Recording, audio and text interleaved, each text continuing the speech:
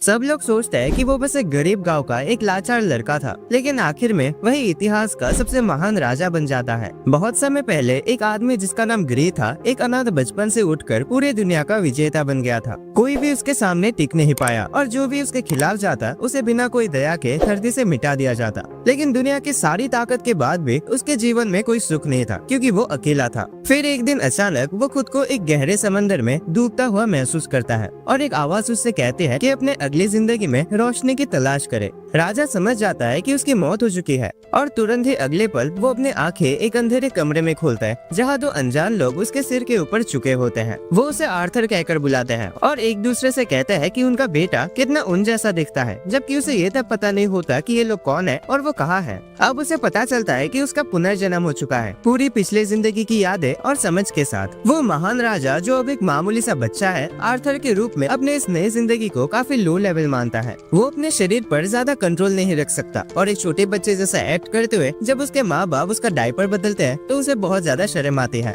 एक दिन आर्थर देखता है कि उसका फादर मैजिक का यूज करके अपने शरीर को मजबूत बना रहे हैं ताकि वो आराम से खेतों में काम कर सके, और उसकी माँ उनका इलाज करते हैं जब वो चोट खा जाते हैं। यही पहली बात है जो आर्थर को इस नई दुनिया के लिए एक्साइटेड बनाती है और उसे पता चलता है कि ये दुनिया पृथ्वी नहीं है, क्योंकि यहाँ जादू है। जल्दी ही आर्थर को पता चलता है कि उसके फादर एक एडवेंचरर है जो अक्सर अपने दोस्तों के साथ मॉन्स्टर्स का शिकार करने जाते हैं। वो अंदाजा लगाता है कि जब यहाँ हर किसी को हथियार रखने की इजाजत है तो ये जगह काफी खतरनाक होनी चाहिए। इसीलिए वो फैसला करता है कि उसे जल्द से जल्द ताकतवर बनना होगा ताकि वो अपनी रक्षा कर सके। लेकिन ये दिन अभी दूर है, क्योंकि फिलहाल तो वो सिर्फ एक नन्हा सा बच्चा है जो तुरंत सो जाता है जब भी उसकी माँ लोरी गाते हैं। लेकिन जल्दी ही वो अपनी इस छोटी सी बेचैनी से ऊपर उठ जाता है और इस शांत पलों का मजा लेने लगता है, क्योंकि अपनी पिछले जिंदगी में तो वो हमेशा जानलेवा हमलों के खतरे में सोता था। कुछ महीने गुजर जाते हैं और आर्थर आखिरकार घर में इधर उधर रेंगने लगता है। वो सोने का नाटक करता है ताकि उसकी माँ उसे अकेला छोड़ दे और फिर चुपके से घर की लाइब्रेरी में घुस जाता है, जहाँ वो इस दुनिया के बारे में जानकारी ढूंढने के लिए किताबें पढ़ता है। उसे पता चलता है कि जिस देश में वो रहता है उसके नॉर्थ में ड्वार्फ्स का एक देश है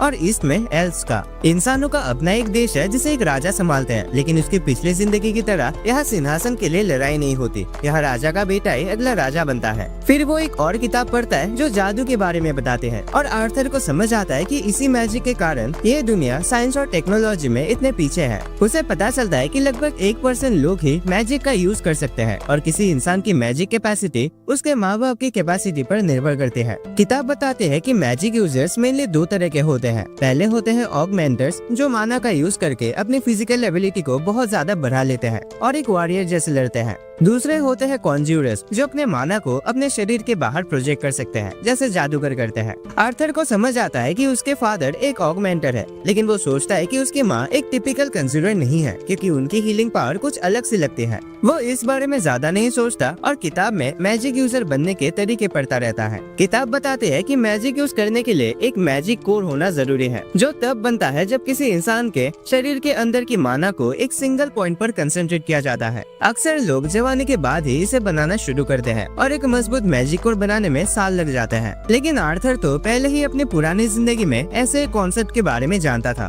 उस दुनिया में वो अपने शरीर के अंदर की एनर्जी जिसे की बोलते हैं उसको कंट्रोल करता था और की कोर बनाना मैजिक कोर बनाने जैसा ही था। आर्थर अपने शरीर के अंदर माना को एक जगह पे फोकस करने लगता है, इसी उम्मीद में कि वो अपनी नई जिंदगी में ताकत का पहला कदम उठा सके। लेकिन जैसे ही वो अपना पहला मैजिक कोर बनाने वाला होता है, उसकी माँ उसे पकड़ लेते हैं और उसे वापस बेड में सुला देते हैं। 2 साल पलक झपकते ही गुजर जाते हैं और एक दिन जब आर्थर की माँ उसके बारे में डायरी में लिखने में बिजी होते हैं तो आर्थर बाहर जाकर तलवार चलाना सीखने लगता है अपने फादर से। वो एक लकड़ी की तलवार से बार बार अटैक करता है जैसे कि असली तलवार हो। तभी उसकी माँ बाहर आती है और अपने हस्बैंड पर बहुत गुस्सा होती है कि उन्होंने उसके इतने छोटे बच्चे को जो अभी अभी चलना सीखा है तलवार पकड़ा दिया है। ये सब आर्थर के लिए नया नहीं है, जिसे अब अच्छी तरीके से पता चल गया है कि इस घर का असली बॉस उसकी माँ ही है। उसकी माँ उसे अक्सर आसपास के शहर भी ले जाते और आर्थर वहाँ जाके हमेशा खुश होता है, क्योंकि वहाँ उसे इस दुनिया के बारे में बहुत कुछ सीखने को मिलता है। वो हर चीज में इंटरेस्ट दिखाता है, हथियारों से लेके अजीबोगरीब सामान तक, लेकिन सबसे ज्यादा एक्साइटेड तो वो जादू को लेकर ही होता है और शहर में रहकर उसे मैजिक को पास से देखने का बेहतरीन मौका मिलता है। इन सब यात्राओं के अलावा आर्थर अपने माँ बाप के साथ एक शांत जीवन बिताता है। भले ही उसे एक नन्हे बच्चे के शरीर में फंसा हुआ महसूस होता है, लेकिन धीरे धीरे उसे ये शांत जिंदगी पसंद आने लगती है। उसके माँ बाप उसके हर जरूरत का ध्यान ध्यान रखते हैं और ये सब देखकर उसे अपनी पिछले जिंदगी के ऑर्फेनेज का बचपन याद आता है, जहाँ उसने दिल से एक परिवार की तमन्ना की थी, लेकिन वो विश कभी पूरी नहीं हुई। एक दिन आर्थर अपने फादर को मैजिक का प्रैक्टिस करते देखता है, जहाँ वो अपने माना कोर को मजबूत करने की कोशिश कर रहे होते हैं। आर्थर उन्हें देखकर काफी एक्साइटेड हो जाता है, लेकिन उसके फादर बस जमीन से कुछ पत्थर ही उठा पाते हैं माना के जरिए। आर्थर बिल्कुल इम्प्रेस नहीं होता, उसे लगता है कि नमूनाबाजी करने से अच्छा तुम हाथों से पत्थर उठा लेते। तभी उसकी माँ उसके पास आकर कहते हैं कि उसके फादर ने अपने बेस्ट एफर्ट नहीं दिए है। फिर उसका फादर दोबारा पूरा ध्यान लगाकर अपनी वाइफ को इम्प्रेस करने के लिए एक के बाद एक जबरदस्त अटैक्स करता है, जिससे जमीन तक हिल जाते हैं। इस बार आर्थर अपने फादर की स्किल से सच में इम्प्रेस होता है। उसकी माँ को यकीन होता है कि जब वो बड़ा होगा तो एक महान योद्धा बनेगा। आर्थर तुरंत ट्राई करना चाहता है, लेकिन उसकी माँ उसे उठाकर सुलाने ले जाती है। रास्ते में वो लाइब्रेरी के पास से गुजरते हैं तो आर्थर अपनी माँ से रिक्वेस्ट करता है कि वो उसे किताबें पढ़ने दे। पहले तो उसकी माँ मना कर देती है, लेकिन जब वो मासूम सी नजर से उसकी तरफ देखती है तो वो मान जाती है। आखिरकार वो उसे अकेला छोड़ देती है लाइब्रेरी में और बाहर चली जाती है अपने हस्बैंड के पास। आर्थर फिर अपने शरीर की सारी माना को एक जगह पे फोकस करने लगता है, जैसे वो पिछले 2 सालों से कोशिश कर रहा था। उसे लगता है कि अब वो मैजिक यूज करने के बिल्कुल करीब है और तभी अचानक उसका माना कोर बन जाता है, जिसकी वजह से एक भयंकर धमाका होता है जो पूरे घर को उड़ा देता है और आर्थर के फादर अपनी वाइफ को बचाते हुए घायल हो जाते हैं। दोनों घबरा जाते हैं कि उनका बेटा कहीं खतरे में तो नहीं है, लेकिन जब वो अंदर जाके देखते हैं तो उनकी आंखों पर विश्वास नहीं होता। आर्थर हवा में तैर रहा होता है एक सुनहरे रोशनी के साथ। आर्थर उन्हें एक कॉन्फिडेंस स्माइल देता है और बताता है कि वो मैजिक कर सकता है। वो जमीन पर उतरता है और उनकी तरफ चलने लगता है, लेकिन तभी छत का एक टुकड़ा उसकी तरफ गिरता है। वो घबरा जाता है और सोचता है कि शायद उसकी जिंदगी का ये आखिरी पल है, लेकिन उसके दोनों माँ बाप एक साथ उसकी तरफ कूद जाते हैं उसे बचाने के लिए। आर्थर तभी समझ जाता है कि उसके माँ बाप की जिम्मेदारी है उसे सुरक्षित रखना, लेकिन जब वो दोनों रो पड़ते हैं तो आर्थर हैरान रह जाता है। अपनी पिछली जिंदगी में उसने कभी ऐसा इमोशन महसूस नहीं किया था। दूसरे बच्चों के माँ बाप भी या तो गर्व दिखाते या फिर निराशा, पर कभी ऐसे आंसू नहीं बहाते थे। जैसे वो सोचता है कि एक ऐसा नया एहसास है, आर्थर भी रो पड़ता है अपनी माँ से चिपक के बिना सोचे समझे। कुछ साल गुजर जाते हैं और अब आर्थर एक छोटा लड़का बन गया है जो अपने फादर रेनॉल्ड से कॉम्बैट स्किल्स सीख रहा है। आर्थर और उसके फादर गार्डन में आमने सामने खड़े होते हैं, जहाँ उसके फादर उसे अपने ग्लव्स देना चाहते हैं, लेकिन आर्थर उन्हें मना कर देता है क्योंकि उसे पता है कि इस उम्र में उसके पास उन्हें संभालने की ताकत नहीं है।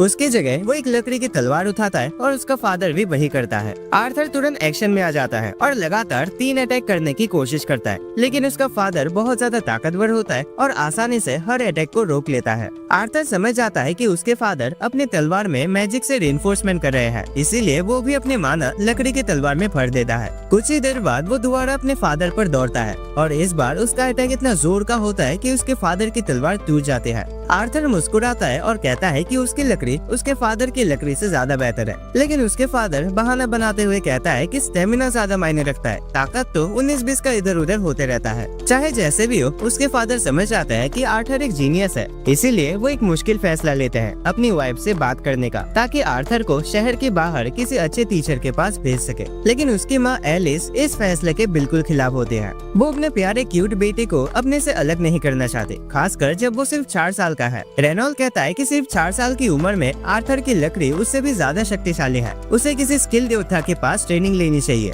लेकिन उनके किसी भी फैसले पर पहुंचने से पहले आर्थर बोल पड़ता है और कहता है कि इतना झमेला करने से अच्छा उन सबको साथ मिलकर जाना चाहिए। ये आइडिया चाहे जितना भी बेकार लग रहा हो, दोनों माँ बाप तुरंत मान जाते हैं, शायद इसीलिए क्योंकि उनके दुनिया में अभी भी घर की देखभाल करने का ज्ञान नहीं आया है। कुछ दिन बाद एलिस और रेनॉल्ड के पुराने पार्टी मेंबर्स आते हैं उनके साथ सफर पे जाने के लिए, और आर्थर उन सब से मिलता है। उसके माँ बाप के पुराने ग्रुप में काफी सारे स्किल्ड एडवेंचरर्स थे। एडम इस ग्रुप का लीडर था। ये बड़ी 6 सौ वाली औरत है एंजेला। डार्डन एक एवरेज से दिखने वाला आदमी है और एक स्किल्ड आर्चर जिसका नाम हेलन है, और जैस्मिन एक पिक्सी टाइप का लड़की जो किसी वजह से आर्थर पर शक करते हैं, पता नहीं क्यों। जल्द ही सब लोग चलना शुरू कर देते हैं और आर्थर को पता चलता है कि इस दुनिया में ट्रांसपोर्ट अब भी काफी पुराना है, जबकि उसके पिछले दुनिया में लोग एयरशिप लेकर घूमते थे। कुछ देर बाद सब लोग रुककर खाना खाने बैठते हैं, लेकिन तभी जंगल से कुछ भेड़िया मॉन्स्टर निकल कर आ जाते हैं खाने की स्मेल के कारण। जैस्मिन तुरंत एक्शन में आ जाते हैं, 2 डैगर्स पकड़ के और उस भेड़िए को काट देते हैं जो उसके सामने आता है। रेनॉल्ड, एडम और हेलन भी अपने अपने हथियारों से कुछ और भेड़ियों को मार गिराते हैं। डार्डेन और एंजेला अपनी मैजिक का इस्तेमाल करते हैं और बचे हुए मॉन्स्टर्स को पूरी तरह से तबाह कर देते हैं। उस रात सब लोग मॉन्स्टर्स को पका के खाने लगते हैं। थोड़ी देर बाद एलिस देखते है कि रेनॉल्ड के हाथ से अभी खून बह रहा है, तो वो उसका इलाज करने लगते हैं। बाकी के पार्टी मेंबर्स तुरंत खड़े हो जाते हैं और उन दोनों के आसपास एक प्रोटेक्शन सर्कल बना लेते हैं।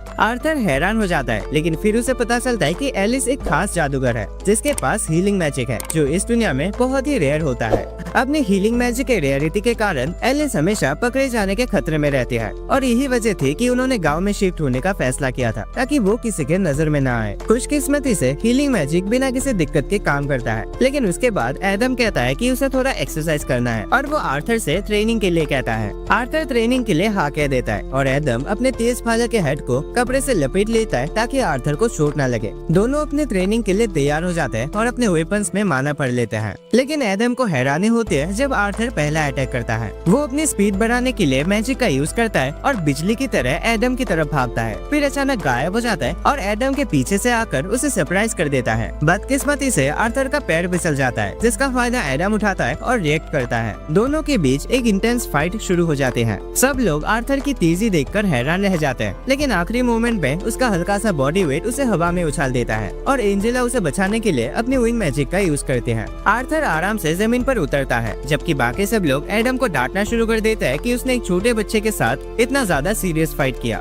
एडम अपना बचाव करता है और कहता है कि बच्चा बहुत स्ट्रॉन्ग है, लेकिन कोई उसकी बात नहीं सुनता। जैस्मिन दूसरी तरफ आर्थर की स्किल से काफी इम्प्रेस लगते हैं और उसे उसके टेक्निक्स के बारे में सवाल पूछने लगते हैं। अगले कुछ दिन काफी तेजी से निकल जाते हैं, जहाँ आर्थर हर रोज ट्रेनिंग करता है, खाता है, सोता है और फिर से ट्रेनिंग करता है, पार्टी के लगभग हर मेंबर के साथ। उसने एडम से लैंस टेक्निक सीखी, रेनॉल्ड से पुशअप्स, हेलन से आर्चरी और जैस्मिन से रनिंग, जो उसेन बोल्ट की तरह उसे भागना सिखाते हैं। जैस्मिन को आर्थर काफी पसंद आ जाता है और वो उसे एक किटी पार्टी में फंसाने की कोशिश करते, एक छोटी तलवार और बेबी ऑयल देकर, लेकिन आर्थर की माँ नहीं चाहती कि उसका बेटा किसी प्रॉब्लम में पड़े, तो वो उसे बुला लेते हैं। जल्द ही सभी अपना सफर फिर से शुरू करते हैं, लेकिन अचानक कुछ हलचल की वजह से उन्हें रुकना पड़ता है। तभी अचानक कई तीर उनकी तरफ उड़ते हैं और आर्थर तुरंत समझ जाता है कि उन पर लुटेरों ने हमला किया है। डार्डेन और एडम तुरंत गाड़ी के सामने आ जाते हैं, जबकि एंजेला अपने विंग मैजिक का यूज करके सभी तीरों को उड़ा देते हैं। आर्थर बाहर झांकता है और देखता है कि उन्हें चारों तरफ से लुटेरों ने घेर रखा है। वो भयानक चेहरे वाला बैंडिट लीडर अपने लोगों को हुक्म देता है कि एलिस और आर्थर को चोट न पहुंचाया जाए, क्योंकि उन्हें ज्यादा दाम में बेचा जा सकता है और बाकी सबको खत्म कर दिया जाए। सभी लुटेरे जोर से चीख कर हाँ में हाँ मिलाते हैं और लड़ाई के लिए आगे बढ़ते हैं, जहाँ उनका एक एक करके रेनॉल्ड और उसकी पार्टी के मेंबर्स द्वारा सफाया किया जाता है। आर्थर जानता है कि उनकी पार्टी के हर एक सदस्य इंडिविजुअली बहुत पावरफुल है, लेकिन दिक्कत तब शुरू होती है जब लुटेरे संख्या में ज्यादा होने का फायदा उठाने लगते हैं। लगातार फाइटिंग के कारण पार्टी मेंबर्स थक जाते हैं। तभी बैंडिट लीडर रेनॉल्ड्स के साथ 1v1 लड़ने जाता है और उसे गाड़ी में दे मारता है जिसमें आर्थर था। गाड़ी टूट जाती है और एलिस तुरंत रेनॉल्ड की मदद करने दौड़ती है, लेकिन रेनॉल्ड उससे कहता है कि वो अपने मैजिक यूज न करे, वरना हालात और खराब हो जाएंगे। रेनॉल्ड खुद किसी तरह उठता है और आर्थर से कहता है कि वो अपनी माँ को ले जाए किसी सुरक्षित जगह पर, जब तक वो बैंडिट लीडर से निपट रहा है।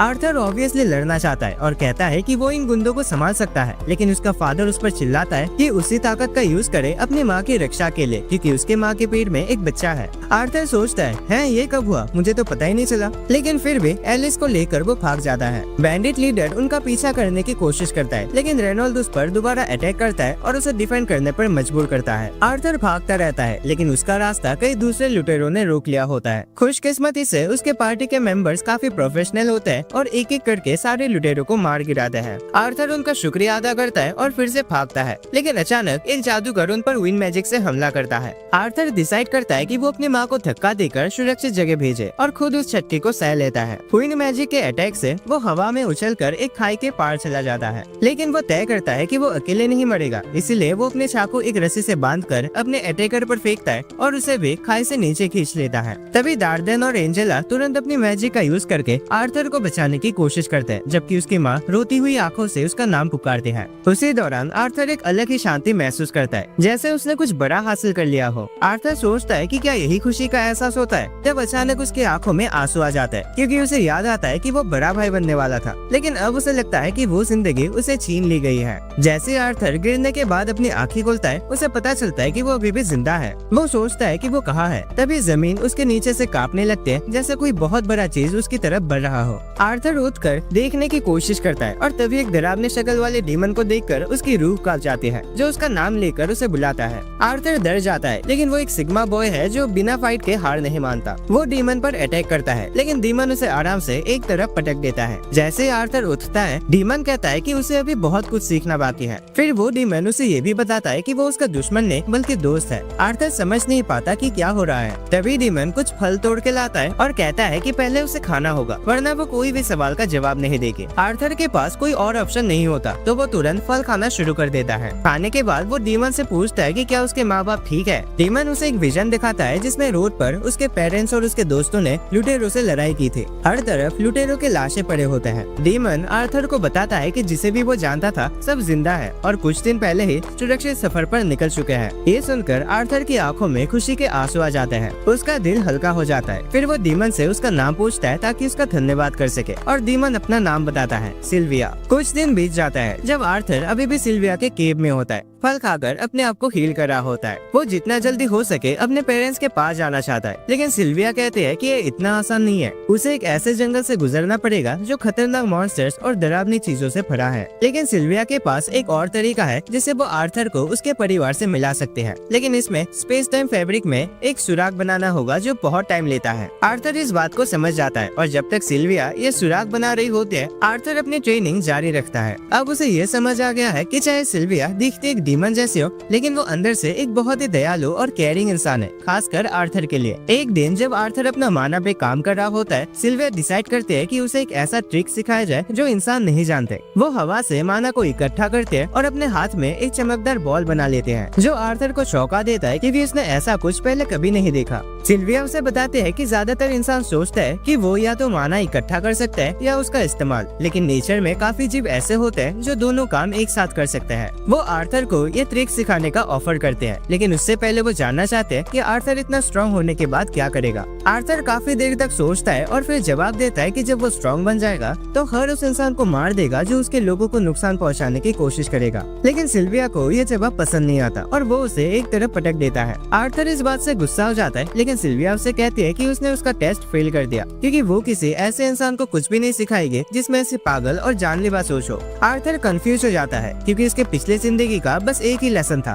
तुम स्ट्रॉन्ग बनो ताकि अपने दुश्मनों को मार सको। लेकिन जब सिल्विया उसे पूछती है कि क्या उसे हमेशा लोगों को मारने के बारे में सोचना अच्छा लगता है, तो आर्थर चुप हो जाता है। फिर सिल्विया उससे कहती है कि ताकत का इस्तेमाल सिर्फ मारपीट के लिए नहीं होता और वो नहीं चाहती कि आर्थर अपनी जिंदगी गुस्से और वायलेंस में बर्बाद करे। उसकी बातें सीधा आर्थर के दिल को छू लेते हैं, जैसे कि सिल्विया उसकी पुरानी जिंदगी के बारे में सब कुछ जानती हो। वो फिर से वही सवाल पूछते हैं कि जब आर्थर स्ट्रॉन्ग बनेगा तो क्या करेगा। इस बार आर्थर जवाब देता है कि वो उन लोगों की रक्षा करेगा जो उसे प्यार करते हैं। सिल्विया को ये जवाब पसंद आता है और वो उसे सिखाना शुरू करते हैं कि कैसे माना को सीधा अपने आसपास के एनवायरनमेंट से जमा करके उसे यूज किया जा सकता है। आर्थर इस टेक्निक को काफी जल्दी सीख जाता है, लेकिन जैसे ही वो एक्साइटेड होकर सिल्विया को दिखाने के लिए दौड़ता है, सिल्विया उसे एक तरफ मार देते हैं और पत्थरों के नीचे दबा देती है। आर्थर कंफ्यूज हो जाता है, लेकिन सिल्विया टेलीपैथी के जरिए उसे कहते हैं कि बिल्कुल आवाज भी मत करना। कुछ ही पल बाद सिल्विया जैसे एक और डीमन वहाँ आता है और कहता है कि वो उसके साथ वापस चले। सिल्विया मना कर देते हैं, तो वो डीमन उस पर एक एनर्जी बॉल से अटैक करता है। आर्थर ये देखकर परेशान हो जाता है, लेकिन सिल्विया उसे तसल्ली देते हैं कि वो ठीक है। वो खड़ी होती है और अपनी पूरी पावर रिलीज करती है। उसका डीमन जैसा शरीर टूट जाता है और वो एक सफेद ड्रैगन में बदल जाते हैं। फिर वो उस डीमन पर एक हाइपर बीम छोड़ देती है जिसे वो मुश्किल से रोक पाता है। वो सिल्विया को चेतावनी देती है कि इतनी बड़ी पावर का यूज उसके लिए महंगा पड़ सकता है, लेकिन सिल्विया कहते हैं कि उसे अपनी जिंदगी से कोई पछतावा नहीं है। वो डीमन उसकी अटैक किसी तरह कैंसिल कर देता है और फिर उस पर डार्क एनर्जी बॉल की बारिश कर देता है, जिनमें से कुछ केव को भी डैमेज करते हैं। सिल्विया थोड़ी डिस्ट्रैक्ट हो जाते हैं क्योंकि वो चेक करना चाहती थी कि आर्थर सेफ है या नहीं। ये देखकर डीमन एक बड़ा अटैक करता है जिसे वो सिल्विया को होश में नहीं छोड़ता। सिल्विया समझ जाती है कि अब आर्थर भी खतरे में आ सकता है, इसलिए वो डिसाइड करते हैं कि वो सब कुछ दांव पे लगा देगी ताकि आर्थर को वहाँ से निकाल सके। सिल्विया अपनी सारी ताकत का इस्तेमाल करके समय को रोक देते हैं और फिर आर्थर को बाहर बुलाते हैं। कहते हैं कि अब उसे घर जाना होगा। वो स्पेस और टाइम में एक सुराग खोलते हैं और कहते हैं कि ये पोर्टल उसे सीधा उसके परिवार के पास नहीं ले जाएगा, लेकिन अब वो इतना स्ट्रॉन्ग हो गया है कि अकेला सर्वाइव कर सकता है जब तक वो उन्हें ढूंढ ना ले। आर्थर समझ आता है कि सिल्विया अपने आप को उसके लिए कुर्बान कर रही है और उसका दिल टूट जाता है, लेकिन सिल्विया उसे वादा करवाती है कि वो अपनी ताकत का इस्तेमाल उन लोगों की रक्षा के लिए करेगा जिन्हें वो प्यार करता है। फिर वो उसे अलविदा के रूप में कुछ गिफ्ट देते हैं, एक क्रिस्टल अंडा और एक पंख, और कहते हैं कि उनका ध्यान अच्छी तरह से रखे। उसके बाद सिल्विया आर्थर को एक प्यार भरा किस देती है और अचानक आर्थर के दोनों हाथों पर सुनहरे टैटूज आ जाते हैं। सिल्विया कहती है कि उनका मतलब और मकसद उसे तब समझ आएगा जब सही समय आएगा, लेकिन अभी के लिए बाय बाय। फिर सिल्विया उसे बताती है कि उसे असल में इतना समय नहीं लगा पोर्टल बनाने में, उसने जानबूझकर देर करा क्योंकि उसे कुछ दिन आर्थर के साथ बिताना था, जो उसे बहुत अच्छा लगा। आर्थर ये सुनकर रो पड़ता है और समझ आता है कि वो अभी इतना स्ट्रॉन्ग नहीं है कि सिल्विया को बचा सके, चाहे उसने वादा किया था कि वो अपने को हमेशा बचाएगा। सिल्विया कहते हैं कि उनका वादा इस सिचुएशन में लागू नहीं होता और उसे जल्दी करने को कहते हैं। आर्थर कहता है कि उसे फर्क नहीं पड़ता कि सिल्विया एक ड्रैगन है या डीमन, क्योंकि वो उसके लिए एक परिवार है और परिवार को कभी पीछे नहीं छोड़ा जाता। सिल्विया हंसकर कहते हैं कि उसके पास ऑलरेडी एक माँ है, तो आर्थर डिसाइड करता है कि वो उसे ग्रैंड माँ बुलाएगा। ये सुनकर सिल्विया एक ड्रैगन रो पड़ते हैं। फिर वो आर्थर को धक्का देकर पोर्टल के अंदर भेजते हैं।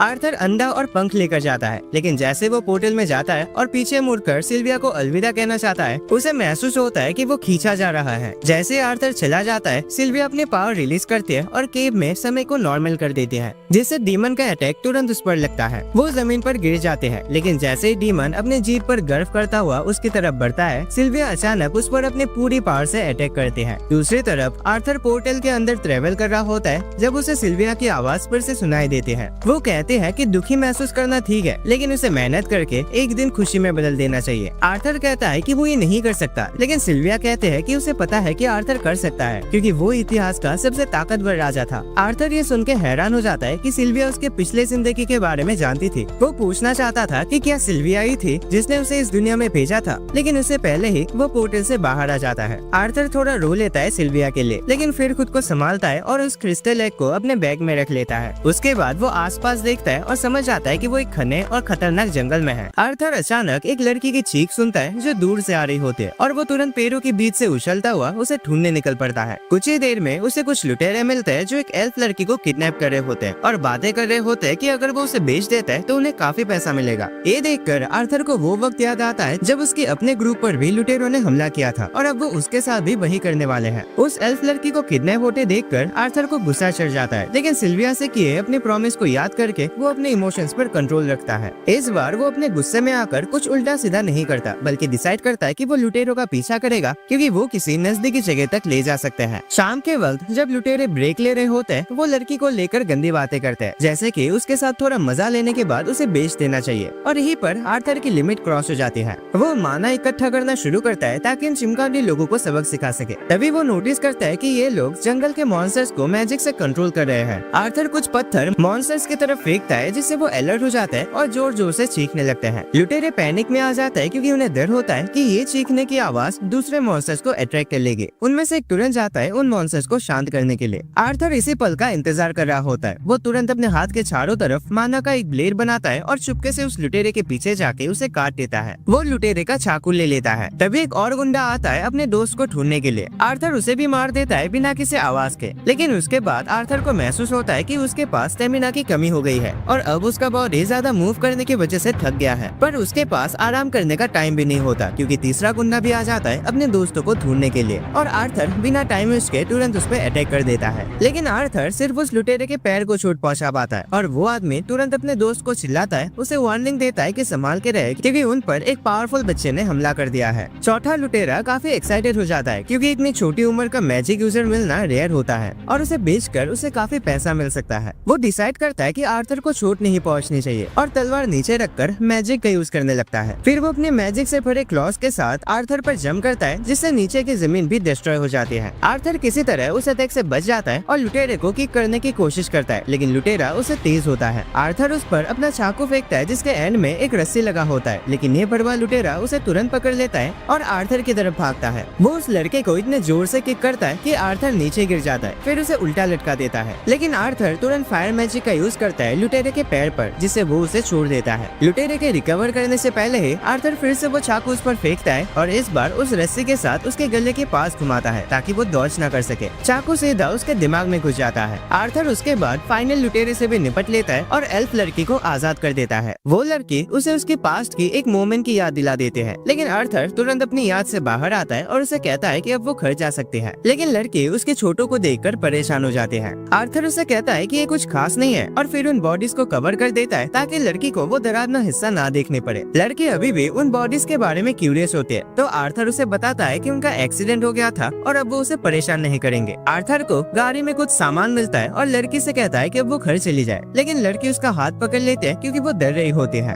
वो उससे कहने लगते हैं कि उसे अपने साथ ले जाए और आर्थर को उस पर दया आ जाती है और वो उसे साथ ले जाने के लिए मान जाता है। फिर आर्थर उन मॉन्स्टर्स की तरफ देखता है और डिसाइड करता है कि उन्हें मार देना ही बेहतर होगा क्योंकि उन्हें आजाद करने का आइडिया ठीक नहीं लग रहा। एल्फ लड़की डिसाइड करते हैं कि वो हॉर्न वुल्फ्स को आजाद करेगी क्योंकि एल्फ्स हर जीव का सम्मान करते हैं और अगर उसने मॉन्स्टर्स को फ्री नहीं किया तो वो मर जाएंगे। आर्थर उसे वार्न करता है, लेकिन लड़की को पूरा यकीन होता है कि मॉन्स्टर उन पर अटैक नहीं करेंगे। वो उन्हें फ्री कर देते हैं और वाकई में वो मॉन्स्टर शांति से चले जाते हैं। लड़की के नेचर के साथ जो कनेक्शन है ये देखकर आर्थर सही में हैरान रह जाता है। उसके बाद वो डिसाइड करता है कि उसे घर छोड़कर आएगा। रास्ते में जब वो ब्रेक लेता है तो आर्थर को पता चलता है कि उस लड़के का नाम तेसिया है। आर्थर खाना बनाता है और उसे कहता है कि चाहे भूख ना भी हो फिर भी थोड़ा खाना खा ले क्योंकि ये उसके शरीर को ताकत देगा। ये बातें उसे सिल्विया की याद दिलाती है। तभी वो देखता है कि तेसिया खाने को लेकर नखरे कर रही है क्योंकि उसे उसका टेस्ट पसंद नहीं आता और वो कुछ मीठा खाने की डिमांड करते हैं। आर्थर सोचता है कि उसे तेसिया से सीखना चाहिए कि एक नॉर्मल बच्चे जैसे कैसे बिहेव किया जाता है क्योंकि तेसिया उसकी उम्र की पहली लड़की है जिसे वो कभी मिला है। तेसिया उसे पूछते है कि वो यहाँ क्या कर रहा है, तो आर्थर उसे बताता है कि वो अपने पेरेंट्स से बिछड़ गया है। वो दोनों अपनी जर्नी कंटिन्यू करते हैं ताकि एल्फ के गांव तक पहुँच सके, लेकिन ये सफर आर्थर की सोची हुई उम्मीद से ज्यादा लंबा हो जाता है। तेसिया लगातार अपने गाँव के बारे में बताती रहती है और आर्थर को ये समझ आता है कि एल्फ्स की जिंदगी इंसानों से काफी अलग होती है। अचानक से आर्थर को महसूस होता है कि एक हॉर्न वुल्फ उनका पीछा कर रहा है और वो डिसाइड करता है कि रात में उसे मार डालेगा। वो तेसिया से कहता है कि वो टेंट में सो जाए जब तक वो बाहर पहरा देता रहेगा। उसके बाद आर्थर उस क्रिस्टल एग को देखने लगता है जो सिल्विया ने उसे दिया था और सोचता है कि असल में है क्या। तभी तेसिया उसे बुलाते हैं और कहते हैं कि वो टेंट के अंदर आ जाए। वो प्रॉमिस करते हैं कि वो अपने परिवार से ये सीक्रेट रखेगी कि आर्थर उसके साथ सोया था, लेकिन आर्थर कहता है कि वो बाहर ही ठीक है। आर्थर को जल्दी ही समझ आता है कि तेसिया टेंट में अकेले होने से डर रही है, तो वो उसकी रिक्वेस्ट मान लेता है और टेंट के अंदर चला जाता है। टेंट के अंदर तेसिया कहते हैं कि सभी इंसान थरकी होते हैं जिनकी कई बीबियां होते हैं और आर्थर सोचता है कि काश ये सच होता। वो उससे पूछता है कि उसे किसने बताया, तो तेसिया कहते हैं कि उसके ग्रैंडपा ने। आर्थर इन सारी झूठी बातों को मना करता है और कहता है कि सिर्फ नोबेल के पास इतने पैसे होते हैं कि वो कई सारी बीवियां रख सके, लेकिन तेसिया उसके जवाब के बीच में ही सो जाती है। अगले दिन वो अपनी जर्नी दोबारा शुरू करते हैं और तेसिया आर्थर के साथ ज्यादा कंफर्टेबल फील करने लगते हैं। आर्थर थोड़ा एनोइंग फील करने लगता है क्योंकि वो जल्दी से अपने परिवार को ढूंढना चाहता है, लेकिन एक और प्रॉब्लम हो जाते हैं। उसके माना कोर में तेज दर्द होता है जो उसे इतना कमजोर बना देता है कि वो चल भी नहीं सकता। तेसिया जंगल में भाग जाते हैं कुछ ऐसे हर्ब्स ढूंढने के लिए जो उसका दर्द ठीक कर सके। आर्थर अकेला बैठा होता है और दर्द झेल रहा होता है। तभी वो हॉर्न वुल्फ जो उसने पहले छोड़ा था उसके पास आता है। आर्थर घबरा जाता है और सोचता है कि शायद वो मॉन्स्टर अब उस पर अटैक करेगा जब वो सबसे ज्यादा कमजोर है। तभी तेसिया हर्ब्स के साथ वापस आती है। आर्थर उससे कहता है कि वो दूर रहे क्योंकि मॉन्स्टर अटैक कर सकता है, लेकिन अटैक करने के बजाय वो बीस्ट एक मरा हुआ सुअर जमीन पर डालकर जंगल में चला जाता है। आर्थर ये देखकर हैरान हो जाता है, लेकिन तेसिया एक्साइटेड होकर कहते हैं कि वो बीस्ट उसकी जान बचाने का एहसान चुकाना चाहता था। सुअर का मीट खाकर आर्थर को थोड़ा आराम मिलता है। तेसिया उसे बताते हैं कि उसे कोई हर्ब्स तो नहीं मिले, लेकिन उसने कुछ मशरूम्स ढूंढ लिए हैं जो उसके गाँव के लोग हमेशा खाते हैं। आर्थर बिना ज्यादा सोचे वो मशरूम्स खा लेता है, लेकिन उसके बाद उसके पेट में तहलका मचने लगता है और उसे जोड़ की लूज मोशन हो जाती है। इसके बाद दोनों वापस टेंट में लौट जाते हैं और तेसिया आर्थर को इंसान और डॉग्स के किंगडम के बारे में कहानियां बताने लगते हैं जो उसने अपने ग्रैंडपा से सुनी थी। वो कहते हैं कि उसे सच में उन किंगडम्स को देखना है, लेकिन उसने सुना है कि वहाँ के लोग काफी खराब होते हैं, इसीलिए उसे वहाँ जाने की परमिशन नहीं मिलती और कोई बाहर का आदमी भी एल्फ विलेज में नहीं आ सकता। आर्थर उसके बाद आधी ही सुन पाता है क्योंकि उसकी थकान उस पर हावी हो जाते हैं और वो सो जाता है। अगले दिन आर्थर का दर्द वापस आता है, लेकिन वो किसी तरह उसे बर्दाश्त करता है क्योंकि एल्फ विलेज अब पास ही होता है। तेसिया आर्थर से कहते हैं कि अब तो वो दोस्त बन चुके हैं, लेकिन आर्थर को समझ नहीं आता कि वो क्या जवाब दे क्योंकि उसका कभी दोस्त था ही नहीं। वो ऑकवर्ड महसूस करता है और उसे अपने पुरानी जिंदगी का एक दोस्त याद आता है जो उसके सबसे करीब था और कैसे उसने उसे मार दिया था। तभी अचानक तेसिया एक्साइटमेंट में चीखने लगते हैं क्योंकि उसे एल्फ विलेज का गेट दिख जाता है। आर्थर ये देखकर शॉक्ड होता है, लेकिन तेसिया उसकी तरफ हाथ बढ़ाते हैं और उसके साथ चलने को कहते हैं। आर्थर उसका हाथ पकड़ता है और एल्फ विलेज के अंदर चला जाता है, जहाँ तुरंत कुछ गार्ड्स आ जाते हैं जो एक इंसान का प्रेजेंस महसूस कर लेते हैं। आर्थर को समझ ही नहीं आता कि क्या हो रहा है। है और गार्ड्स उसे तुरंत गिरफ्तार कर लेते हैं। जब वो तेसिया की आंखों में एक डरावनी एक्सप्रेशन देखता है तो उसके दिमाग में सिर्फ एक ही सवाल घूमता है, अब उसके साथ क्या होगा। जैसे आर्थर देखता है कि तेसिया उसकी बातों के बावजूद चुप रहते हैं, उसे एहसास होता है कि उसने उस पर जल्दी भरोसा कर लिया था, चाहे उसने जंगल में उसे अपना दोस्त ही क्यों न कहा हो। आर्थर सोचता है कि ऐसे वक्त में उन बातों का कोई मतलब नहीं होता। वो घबरा जाता है और सोचता है कि उसे और ज्यादा सावधान रहना चाहिए था। तभी एल्फ सोल्जर्स अपने वेपन्स निकालते हैं ताकि उसे मार सके, पर तेसिया तुरंत रिएक्ट करते हैं जैसे उसे सिचुएशन का एहसास होता है और गार्ड्स को रुकने के लिए कहते हैं। गार्ड कहता है कि आर्थर एक खतरनाक इंसान है और उसे मारना जरूरी है ताकि वो किसी को नुकसान न पहुंचाए। तेसिया उन्हें बताते हैं कि आर्थर उसका दोस्त है जिसने उसके जान बचाए थे, लेकिन गार्ड उसकी बात पर भरोसा नहीं करता। उसके बजाय वो आर्थर पर तेसिया को ब्रेन वॉश करने का इल्जाम लगाता है। तभी एक आवाज सुनाई देती है, ओए तुम दोनों पीछे हटो, आजाद करो उसे। अचानक उनके सामने एक पोर्टल खुलता है और एक बूढ़ा एल्फ उसमें से बाहर आता है, जो सोल्जर्स को कहता है कि लड़की को तुरंत छोड़ दो। जब तेसिया आर्थर के पास आते हैं और चेक करते हैं कि वो ठीक है या नहीं, वो सोल्जर्स पर भड़क जाते हैं कि उन्होंने उसे धमकाया।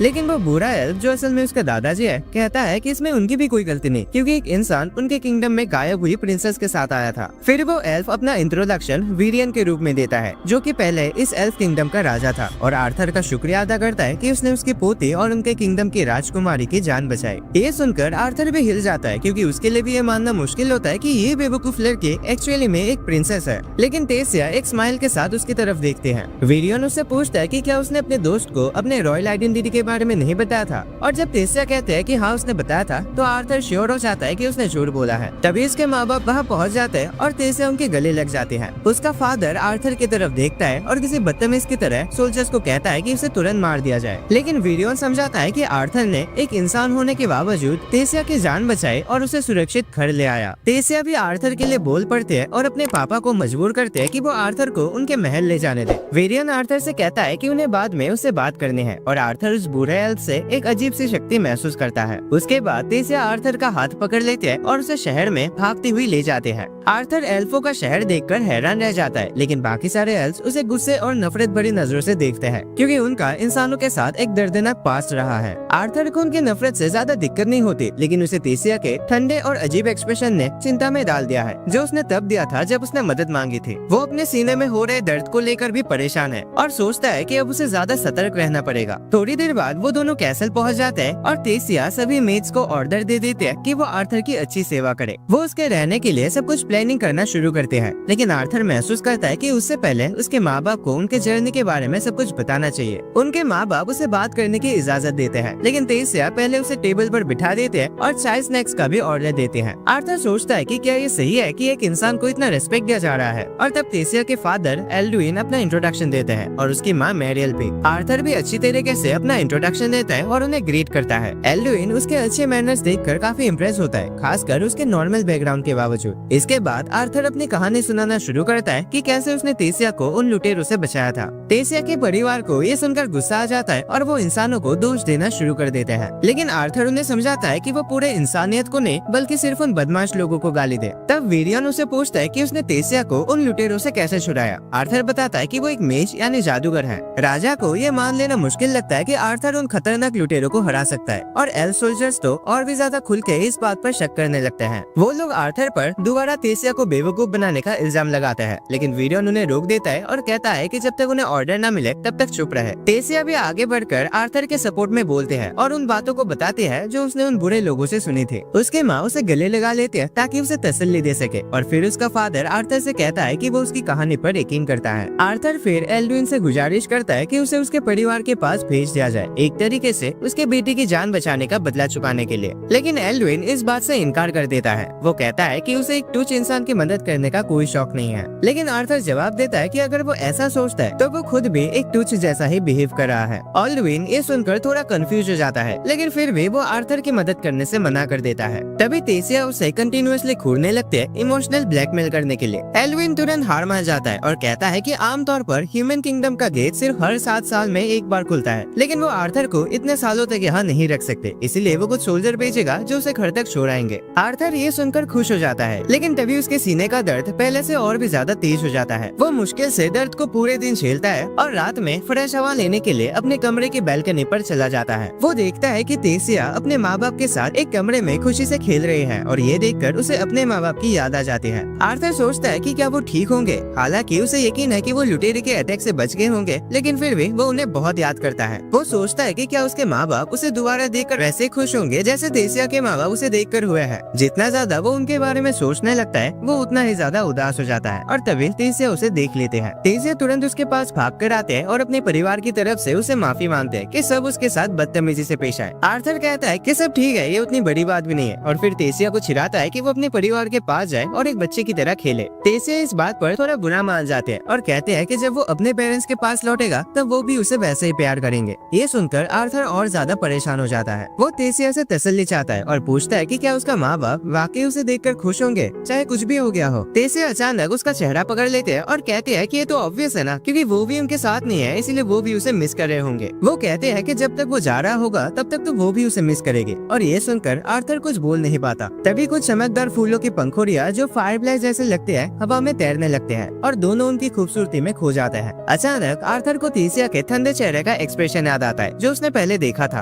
और सोचता है कि शायद उस वक्त तेसिया के साथ कुछ गलत था या फिर उसका वहम भी हो सकता है। वो डिसाइड करता है कि वो उस बारे में सोचना बंद करे और इस मोमेंट का मजा ले। तभी उसे महसूस होता है कि तेसिया पर एक अटैक होने वाला है। वो तुरंत उस अटैक को ब्लॉक करता है और अटैकर की तरफ दौड़ता है, लेकिन पता चलता है कि वो वीरियन है। आर्थर गुस्से में चिल्लाता है कि क्या वो अपने पोती को मारना चाहता था, लेकिन वीरियन कहता है कि क्या वो वाकई किसी को फूलों से मार सकता है। आर्थर अपने हाथों को देखता है और उनमें कुछ चमकदार पंखुड़ियां होते हैं। वीरियन उसकी तारीफ करता है कि उसने अटैक को ब्लॉक किया और तुरंत रिएक्ट किया। अब उसे पूरी तरह यकीन हो जाता है कि आर्थर ने वाकई उन लुटेरों से फाइट की थी। लेकिन तेसिया गुस्सा हो जाती है क्योंकि उसे लगता है कि उसका ग्रैंडपा उसके फ्रेंड को बुली कर रहा है। वीरियन उसे समझाता है कि उसका ऐसा कोई इरादा नहीं था, बल्कि उसे आर्थर में इंटरेस्ट है। वो एक छोटी लकड़ी की तलवार लेता है और आर्थर को दे देता है ताकि उसकी स्किल्स टेस्ट की जा सके। फिर गार्डन पर कुछ टेस्ट सेटअप किया जाता है और वीरियन सिग्नल देता है कि आर्थर अटैक करे। आर्थर तुरंत हमला करता है और वीरियन को हिट करने की कोशिश करता है, लेकिन उसे लगता है कि ये बुड्ढा जो अपनी मरने की उम्र में है फिर भी काफी तेज है। चाहे आर्थर जितना भी अपनी स्पीड मैजिक से बढ़ाता है, वो वीरियन को हिट नहीं कर पाता। फिर वीरियन उसके एक अटैक को ब्लॉक करता है और आर्थर की तलवार टूट जाती है। तलवार का एक टुकड़ा सीधा तेसिया की तरफ जाता है, लेकिन आर्थर तलवार का होल्डर उस पर फेंक कर उस टुकड़े को डिफ्लेक्ट कर देता है। वीरियन उसकी इस स्किल से हैरान हो जाता है। इस मौके का फायदा उठाते हुए आर्थर बॉडी ब्लास्ट का यूज करके उसे हराने की कोशिश करता है, लेकिन वीरियन उसे सिर्फ अपने इंस्टिंक्ट से ब्लॉक कर लेता है। आर्थर हिम्मत नहीं हारता और फिर से अटैक करता है, और इस बार वो वीरियन के सर पर एक छोटा सा हिट लगाने में कामयाब हो जाता है। वीरियन इम्प्रेस होता है कि आर्थर ने उसे एक बार तो मार ही दिया। वो कहता है कि अब राउंड 2 के लिए तैयार हो जाए, लेकिन तभी तेसिया अचानक उसके पीछे से आते हैं और चिल्लाकर कहते हैं कि वो उसके दोस्त को बुली करना बंद करे। वीरियन कहता है कि उसने किसी को बुली नहीं किया, बल्कि अगर उसने अपने आप को रोका होता तो आर्थर ही उसे बुली करता। आर्थर सोचता है कि बुरा आदमी जो कह रहा है उस पर उसे पूरा भरोसा नहीं है, लेकिन फिर भी वो अच्छे से उसका शुक्रिया अदा करता है कि उसने उसे ओवर एस्टिमेट किया। वीरियन कहता है कि वो उसे ओवर एस्टिमेट नहीं कर रहा, और अगर आर्थर वाकई शुक्रगुजार है तो उसे उसका स्टूडेंट बन जाना चाहिए। आर्थर इस अचानक आए ऑफर से हैरान हो जाता है और कहता है कि वो यहाँ रुक नहीं सकता क्योंकि उसके पेरेंट्स उसके लिए चिंता कर रहे होंगे। बुरा एल्फ जवाब देता है कि एक तरीका है जिससे उसके पेरेंट्स को ये बताया जा सकता है कि वो यहाँ सेफ है, लेकिन आर्थर उस बारे में कुछ बात कर पाए उससे पहले ही उसके सीने का दर्द वापस आ जाता है, और इस बार इतना तेज होता है कि वो घुटनों पर आ जाता है। वीरियन ने पहले भी इस बात को नोटिस किया था और अब उसे पूरा यकीन हो जाता है कि आर्थर ने किसी बीस्ट का विल अपने अंदर समा लिया है। वो कहता है कि अगर आर्थर उसका स्टूडेंट नहीं बना तो वो अपनी जान गंवा देगा इससे पहले कि वो अपने पेरेंट्स से मिल पाए। उसी रात जब आर्थर सो रहा होता है, अचानक उसके सीने में वही तेज दर्द महसूस होता है। वो दर्द को झेलने की कोशिश करता है, लेकिन दर्द बढ़ता ही जाता है जब तक कि वो उसके शरीर के बाहर आकर उसके सामने एक मॉन्स्टर का रूप ले लेता है। आर्थर आंखें खोलता है और देखता है कि एक अंधेरा सा चीज उसके ऊपर झुककर डरावने तरीके से खड़ा है, और आर्थर उस अंधेरी शक्ल से डर जाता है, लेकिन अंदर ही अंदर वो उसे एक थेरेपिस्ट की तरह एनालाइज करना शुरू करता है। सोचता है कि क्या ये मॉन्स्टर उसकी एंजाइटी का या फिर उसकी रेस्पॉन्सिबिलिटीज का रूप है। जैसे जैसे मॉन्स्टर उसके पास आता है, आर्थर चीखने लगता है। तभी उसे तेसिया की आवाज सुनाई देती है जो कह रही होती है, आर्थर आर्थर जल्दी उठो। आर्थर सपने से जागता है और देखता है कि तेसिया उसके ऊपर बैठी है और हंसी के साथ उसे गुड मॉर्निंग कह रही है। आर्थर को तेसिया का इरिटेट करने वाला चेहरा सुबह सुबह सबसे पहले देखना बिल्कुल पसंद नहीं होता, और वो उससे कहता है कि उसे अकेला छोड़ दे क्योंकि सपने में मॉन्स्टर की वजह से वो ठीक से सो भी नहीं पाया। वो फिर से सोना चाहता है, लेकिन तेसिया गुस्सा हो जाता है ये सोचकर कि आर्थर उसे मॉन्स्टर कह रहा है। वो कहती है कि उसे उठना ही होगा क्योंकि उसका ग्रैंडपा उसका इंतजार कर रहा है। तेसिया उसे जबरदस्ती बिस्तर से खींच लेते हैं और आर्थर के पास कोई और ऑप्शन नहीं होता तो उसे तैयार होना पड़ता है। तेसिया उससे पूछते है कि क्या वो सच में उसके साथ रुकने वाला है, तो आर्थर कहता है कि उसने डिसाइड नहीं किया, लेकिन वीरियन उसे कुछ ऐसा चीज दिखाने वाला है जो उसका मन बदल सकता है। इसी वजह से आर्थर अपना फैसला उसके बाद लेना चाहता है। थोड़ी देर बाद आर्थर और तेसिया बाहर जाते हैं, जहाँ किंग एल्विन वीरियन को समझाने की कोशिश कर रहे होते हैं कि एक इंसान को एल्व्स के किंगडम में रुकने की इजाजत नहीं मिलनी चाहिए। लेकिन वीरियन उनकी बात नहीं सुनते और अपनी गाड़ी में बैठ जाते हैं। कहते हैं कि उन्हें आर्थर पसंद है और यही बात काफी है। तभी तेसिया भी अपने हर रोज के मेलोड्रामा स्टार्ट कर देते हैं कि आर्थर ने मेरी जान बचाई थी, उसने ये किया वो किया ब्ला ब्ला ब्ला, और उनके साथ गाड़ी में जम मार के बैठ जाते हैं। लेकिन उसके डैड उससे कहते हैं कि चुप हो जाओ क्योंकि अब बात तुम्हारे बारे में नहीं है। लेकिन वीरियन भी अपने बेटे एल्विन को चुप करवा देता है और बच्चों को गाड़ी में बुलाते हैं। बाप तो बाप ही होता है। फिर वो सब वीरियन के पुराने दोस्त से मिलने निकल जाते हैं। रास्ते में वीरियन और तेसिया मेडिटेशन करने लगते हैं गाड़ी के अंदर। लेकिन आर्थर बोर हो जाता है और वीरियन से पूछता है कि ये जर्नी कितनी लंबी होगी। तभी तेसिया उसके कंधे पर गिर जाते हैं क्योंकि वो मेडिटेट नहीं कर रही होती बल्कि सो गई होती है। वीरियन कहते हैं कि तेसिया आज सुबह जल्दी उठ गई थी क्योंकि वो इस ट्रिप में जरूर आना चाहती थी। वो कहता है कि क्योंकि तेसिया रॉयल कैपिटल की एकलौती सक्सेसर है,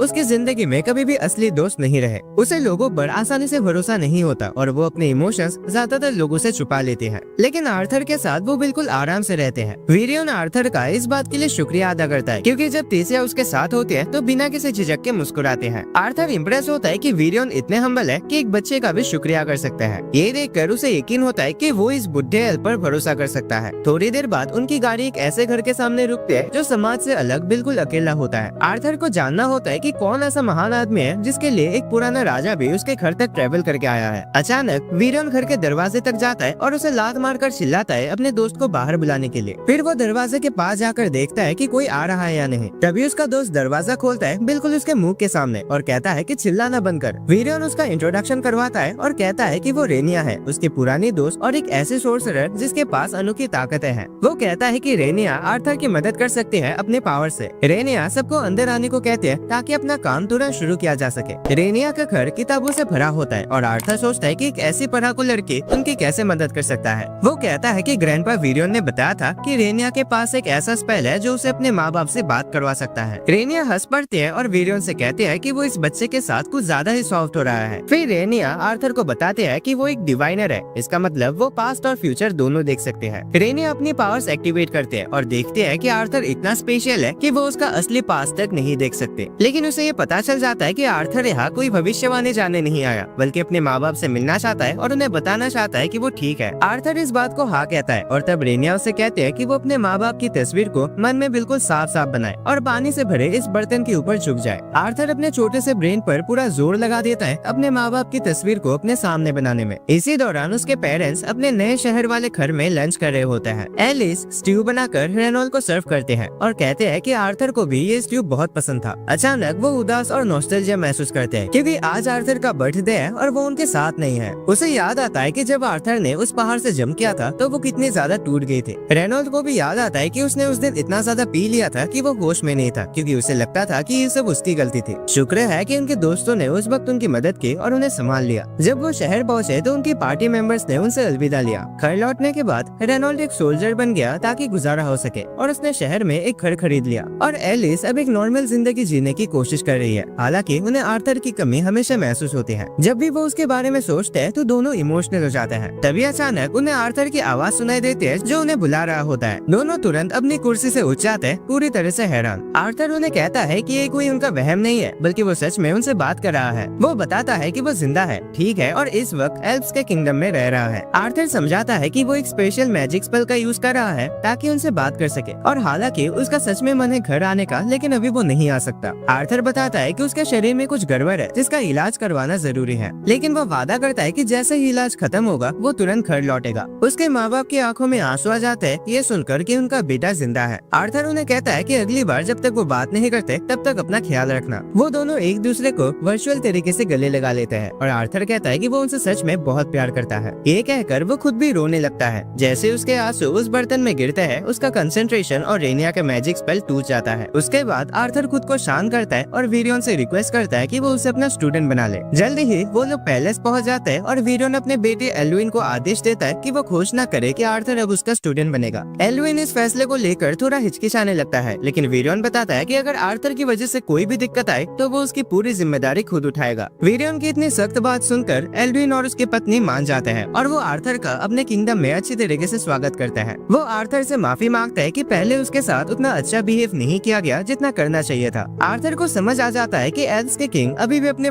फादर वीरियन के सामने कुछ भी नहीं बोल पाते क्योंकि बाप तो बाप ही होता है और ये बात जानकर उसे अच्छा लगता है। वो एल्डुइन का हाथ मिलाकर उसका इनविटेशन एक्सेप्ट करता है। तभी टेसिया बीच में टपक पड़ते और अपने पापा से कहते हैं कि अगर वो सच में आर्थर को एक मेहमान के रूप में एक्सेप्ट करते हैं तो उसे बाहर उसके साथ खेलने की इजाजत भी देनी चाहिए क्योंकि वो उसे शहर दिखाना चाहते हैं। एल्डुइन उसकी बात को मना नहीं कर पाता और कुछ ही देर में टेसिया आर्थर को मार्केट के रास्ते घुमाते हुए वहाँ मिलने वाले अलग अलग फूड आइटम्स के बारे में बताने लगते हैं। तभी आर्थर गलती से एक ब्लॉन्ड एल्फ लड़के से टकरा जाता है और तुरंत माफी मांगता है, लेकिन वो फरवा लड़का उसे गंदा कहकर बोलता है कि अब उस पे इंसानों के जर्म्स लग गए हैं। वो आर्थर के सामने बिना किसी वजह के इमोशनल ड्रामा करता है और कहता है कि चाहे वीरियन ने उसे एक्सेप्ट ही कर लिया हो लेकिन वो हमेशा एक कमजोरी रहेगा। आर्थर को समझ नहीं आता कि इस बंदे का प्रॉब्लम क्या है और थोड़ी देर बाद और बच्चे भी उसे कहने लगते हैं कि वो ह्यूमन किंगडम वापस चला जाए। टेसिया उसे कहते हैं कि इन जोकरों की बातों पर ध्यान मत दो, लेकिन आर्थर थोड़ा मजाक करने के मूड में होता है। वो ब्लॉन्ड लड़का जिसका नाम फे होता है उसे बदला लेने का एक मौका देता है जब वो अपना नोबल स्टेटस दिखाता है और टेसिया से कहता है कि वो उसके साथ चले, एक इंसान के साथ नहीं। जब टेसिया उसकी बात को तुरंत मना कर देते हैं तो आर्थर तुरंत एक्टिंग करता है जैसे उसे पता है कि उसका नाम फे है और वो कोई बड़ा आदमी है, लेकिन वो जानबूझकर उसका नाम गलत बोलता है और मजाक उड़ाते हुए हम्बल होने का नाटक करता है जिससे फे को और भी ज्यादा गुस्सा आ जाता है। फे ये बर्दाश्त नहीं कर पाता और अपना रुमाल जमीन पर फेंक कर आर्थर को एक डुएल के लिए चैलेंज कर देता है। टेसिया उसे रोकने की कोशिश करते हैं और कहते हैं कि चाहे वो एक नोबेल ही क्यों ना हो, अगर उसने उसके ग्रैंडपा के स्टूडेंट के साथ कोई मुसीबत खड़ी की तो उसे माफ नहीं किया जाएगा। फे कहता है कि उसके डैड ने उसे सिखाया है कि कभी किसी को अपनी बेइज्जती करके बचने नहीं देना चाहिए। वो आर्थर को ताना मारते हुए पूछता है कि क्या वो अब एक डरपोक की तरह भाग जाएगा क्योंकि उसके एक्शंस उसके टीचर की इज्जत को भी दर्शाते हैं। लेकिन आर्थर हैरान होता है क्योंकि डुएल तो यहाँ एल्फ किंगडम में काफी कॉमन चीज लगती है क्योंकि कोई भी उसे रोकने की कोशिश नहीं करता। तो आर्थर डिसाइड करता है कि वो डुएल एक्सेप्ट करेगा और टेसिया बन जाते हैं रेफरी। जैसे ही टेसिया डुएल स्टार्ट करने का सिग्नल देते हैं वे आर्थर की तरफ दौड़ता है, लेकिन आर्थर बस एक सिंपल पंच मारता है। फिर एक ही हिट में नॉकआउट हो जाता है, सीधा बेहोश। आर्थर थोड़ा डिसअपॉइंट फील करता है क्योंकि इतने बड़ी बड़ी बातों के बाद वो कुछ ज्यादा एक्सपेक्ट कर रहा था। टेसिया कहते हैं कि ये तो होना ही था और तुरंत आर्थर का हाथ पकड़ के उसे वहाँ से भगा ले जाते हैं ताकि जो भी हंगामा हो रहा है उसे बचा जा सके। फिर वो मार्केट में कुछ स्नैक्स खाते हैं, लाइब्रेरी और कुछ दुकानों को विजिट करते हैं और उसके बाद पैलेस वापस लौट जाते हैं चिल करने के लिए। टेसिया आर्थर से पूछते हैं कि क्या वो अपने ट्रेनिंग को लेकर एक्साइटेड है, लेकिन आर्थर ज्यादा इंटरेस्टेड नहीं लगता इस टॉपिक में बात करने में। पहले वीडियो ने साफ बता दिया था कि उसकी ट्रेनिंग बहुत ही टफ होगी, लेकिन अगर वो उसे झेल गया तो रिजल्ट्स कमाल के होंगे। और इन सब के बावजूद भी आर्थर ने ट्रेनिंग लेने का फैसला किया था और अब उसे थोड़ी सी एक्साइटमेंट महसूस होती है जो वो टेसिया को दिखाता है। कहता है कि वो ट्रेनिंग के लिए सुपर एक्साइटेड है और अपने फ्यूचर को अपने हाथों में लेने के लिए मेहनत करेगा। टेसिया कहते हैं कि वो भी मेहनत करेगी, मगर आर्थर उसे पूछता है कि वो क्यों मेहनत करना चाहते हैं। टेसिया जवाब देते हैं कि ऐसा कोई खास रीजन तो नहीं है, बस आर्थर से कम्पीट करने के लिए। अगले दिन आर्थर की ट्रेनिंग वीरियन के अंदर शुरू हो जाते हैं और 3 साल पलक झपकते ही गुजर जाते हैं। टेसिया और आर्थर का रिलेशनशिप वैसे का वैसा ही रहता है और टेसिया अब भी उसे हर सुबह उठाने आती है, लेकिन अब वो उसके पैरों पर माना का यूज करते हैं जिससे आर्थर को जबरदस्त पेन होता है और चीखता हुआ उठता है और उसे गाली देने लगता है। वो दोनों बाहर जाते हैं जहाँ वो देखते हैं कि राजा और उसकी वाइफ किसी मीटिंग के लिए निकल रहे हैं। जब आर्थर ये सोच रहा होता है कि वो लोग कहाँ जा रहे हैं, तभी टेस उसके सामने एक बर्गर लाकर रख देते हैं और कहते हैं कि उसने उसके लिए बड़ी मेहनत से बनाया है, इसीलिए इसे जरूर ट्राई करे। आर्थर खुशी से बर्गर ले लेता है, लेकिन उसे चिढ़ाते हुए पूछता है, टेस जरा बताना तो किसने बर्गर तुम्हें बना के दिया है। ये सुनकर टेस ऑफेंड हो जाते हैं। हाँ, भले ही मैंने एक मेट से मदद ली थी तो क्या हुआ, इसको गर्म तो मैं ही करके लाई हूँ, और उस पर अटैक करने लगते हैं। आर्थर उसके सारे अटैक्स को डॉज करता हुआ ट्रेनिंग ग्राउंड तक पहुँच जाता है जहाँ वीरियन उनका इंतजार कर रहा होता है। वीरियन उन्हें प्रॉपर्ली फाइट करने के लिए कहता है और उन्हें लकड़ी की तलवारें दे देता है, लेकिन वो जानता है कि आर्थर अब अपने ट्रेनिंग के दूसरे स्टेज के लिए तैयार है। ट्रेनिंग के बाद टेस थक कर जमीन पर गिर जाते हैं। तभी वीरियन आर्थर को मैजिक के बारे में लेक्चर देता है। वो कहता है कि जब किसी का माना स्टेबल हो जाता है तो वो 4 बेसिक एलिमेंट्स में से एक को पा सकता है। कौन सा एलिमेंट मिलेगा ये उनकी स्पीसीज पर भी डिपेंड करता है। एल्व्स विंड मैजिक में एक्सपर्ट होते हैं, ड्वार्फ्स फायर और अर्थ मैजिक में अच्छे होते हैं, जबकि ह्यूमंस चारों एलिमेंट्स का यूज कर सकते हैं। लेकिन फिर भी वो लोग नॉर्मली एक ही एलिमेंट में अच्छे होते हैं। हर कोई चारों एलिमेंट का यूज नहीं कर सकता। हालांकि काफी सारे ऐसे रेयर केसेस होते हैं जहाँ कोई इंसान एक से ज्यादा एलिमेंट यूज कर सकता है। टेस अचानक अपने ग्रैंडपा से पूछते हैं कि उन्होंने आर्थर को तब मैजिक क्यों नहीं सिखाया जब वो उसके बॉडी को स्ट्रॉन्ग बना रहे थे, जबकि उसने तो किया था। वीरियन जवाब देता है कि ये इसीलिए था क्योंकि आर्थर कमजोर है।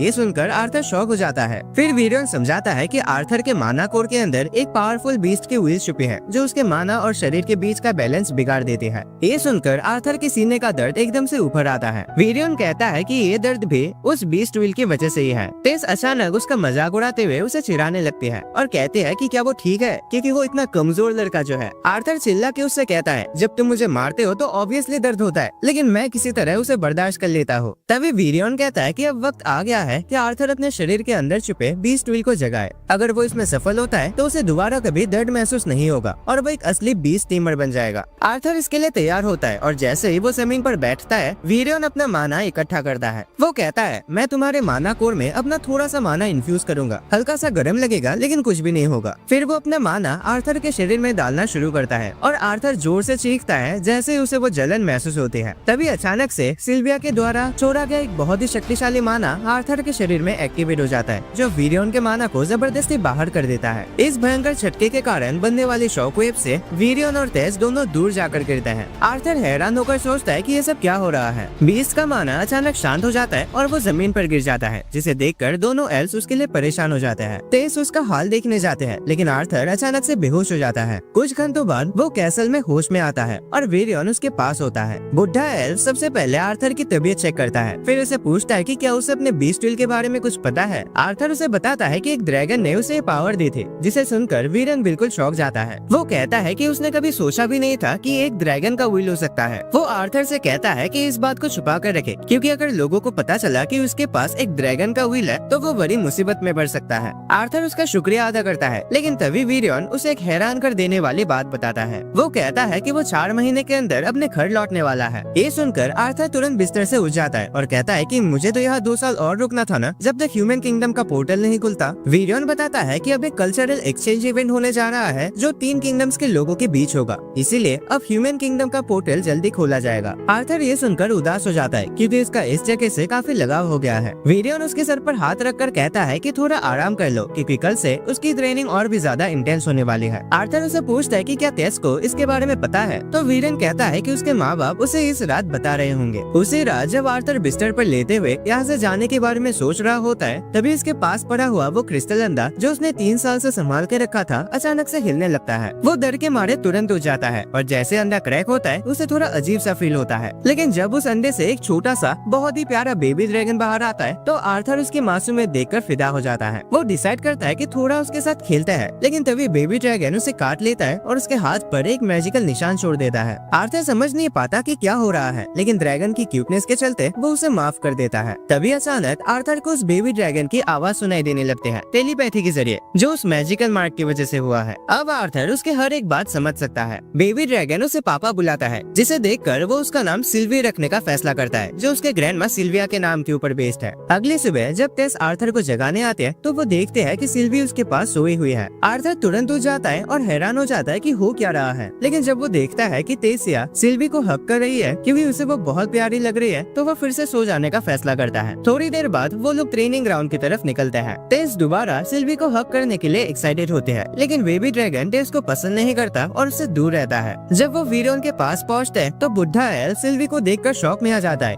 एक असली ड्रैगन देखकर उन्हें लगभग हार्ट अटैक आ जाता है। फिर वो आर्थर से उसकी कहानी सुनता है कि कैसे जब उसने सिल्विया के बीस्ट व्हील को जगाया तब ये ड्रैगन अंडे से बाहर आ गई। वीरियन समझ जाता है कि अगर लोगों को पता चला तो बहुत बड़ी मुसीबत हो सकती है, इसीलिए वो आर्थर से कहता है कि सबको ये कहे कि ये एक रेयर माना बीस्ट है। वीरियन मानता है कि ये झूठ ज्यादातर लोगों के लिए काफी होगा, क्योंकि दुनिया में सबको लगता है कि ड्रैगन्स तो सिर्फ कहानियों में होते हैं। उसके बाद वीरियन कहता है कि अब जब आर्थर एक बीस्ट टेमर बन चुका है तो अब वो उसके माना और उसके बीस्ट कोर दोनों की ट्रेनिंग करेगा, और वो बताता है कि सबसे बेहतरीन ट्रेनिंग लड़ाई करने से होते हैं, और इसके साथ ही वो अपना असली पावर रिलीज करता है एक बीस्ट टेमर के रूप में। बुढ़ा एल्फ एक जबरदस्त माना रिलीज करता है जो उसे पूरी तरह से ढक लेता है, और जब सब कुछ शांत हो जाता है तो वो एक भयानक ब्लैक कलर के ऑरा वाले मॉन्स्टर के रूप में बाहर आता है। आर्थर उस रूप को देख के हैरान रह जाता है और किसी तरह अपने आप को बचाने की कोशिश करता है, हालांकि वीरियन को उस पर अटैक करने का कोई इरादा नहीं होता। तभी अचानक वो बुढ़ा एल्फ उसके पीछे आकर उसका कंधा टच करता है, और जब तक आर्थर पलट कर देखता है वीरियन गायब हो चुका होता है। सिर्फ जमीन पर 2 काले निशान रह जाते हैं। आर्थर की हवा टाइट हो जाती है क्योंकि उसे समझ ही नहीं आता कि वीरियन अब कहाँ है, और वो तुरंत सरेंडर कर देता है। वीरियन फिर से उसके पीछे आकर दिखाई देता है, और जब आर्थर उससे कहता है कि इस मॉन्स्टर फॉर्म को दिखाने के बाद उसकी थेरेपी का खर्चा उसे भरना पड़ेगा, तो वो अपने नॉर्मल रूप में वापस आ जाता है। आर्थर कहता है कि उसे उसकी प्रेजेंस तक महसूस नहीं हुई। तब वीरियन बताता है कि उसका बेस्ट एक शैडो पैंथर है जो विंड और साउंड को बहुत अच्छे से कंट्रोल कर सकता है, लेकिन इस मैजिक से उसकी माना बहुत जल्दी खत्म हो जाते हैं। फिर वीरियन उसे उसकी तलवार वापस देता है और कहता है कि अब उसकी असली ट्रेनिंग शुरू होती हैं। अगले कुछ दिनों तक आर्थर अपने बीस्ट कोर को कंट्रोल करने के लिए मेडिटेशन करता है और फिर विरियन के मॉन्स्टर मोड के खिलाफ लड़ने की प्रैक्टिस करता है। धीरे धीरे वो अपने बीस्ट कोर से माना का यूज कर पाता है और उसके सीने का दर्द पूरी तरह से चला जाता है। उसकी ताकत तेजी से बढ़ने लगते हैं और वो अपना ब्रेक टाइम एक नॉर्मल बच्चे की तरह बिताता है। कुछ हफ्ते बाद तेज उसे मार्केट ले जाते हैं, जहाँ आर्थर की तकरार दोबारा उस खड़ूस लड़के फे से हो जाते हैं।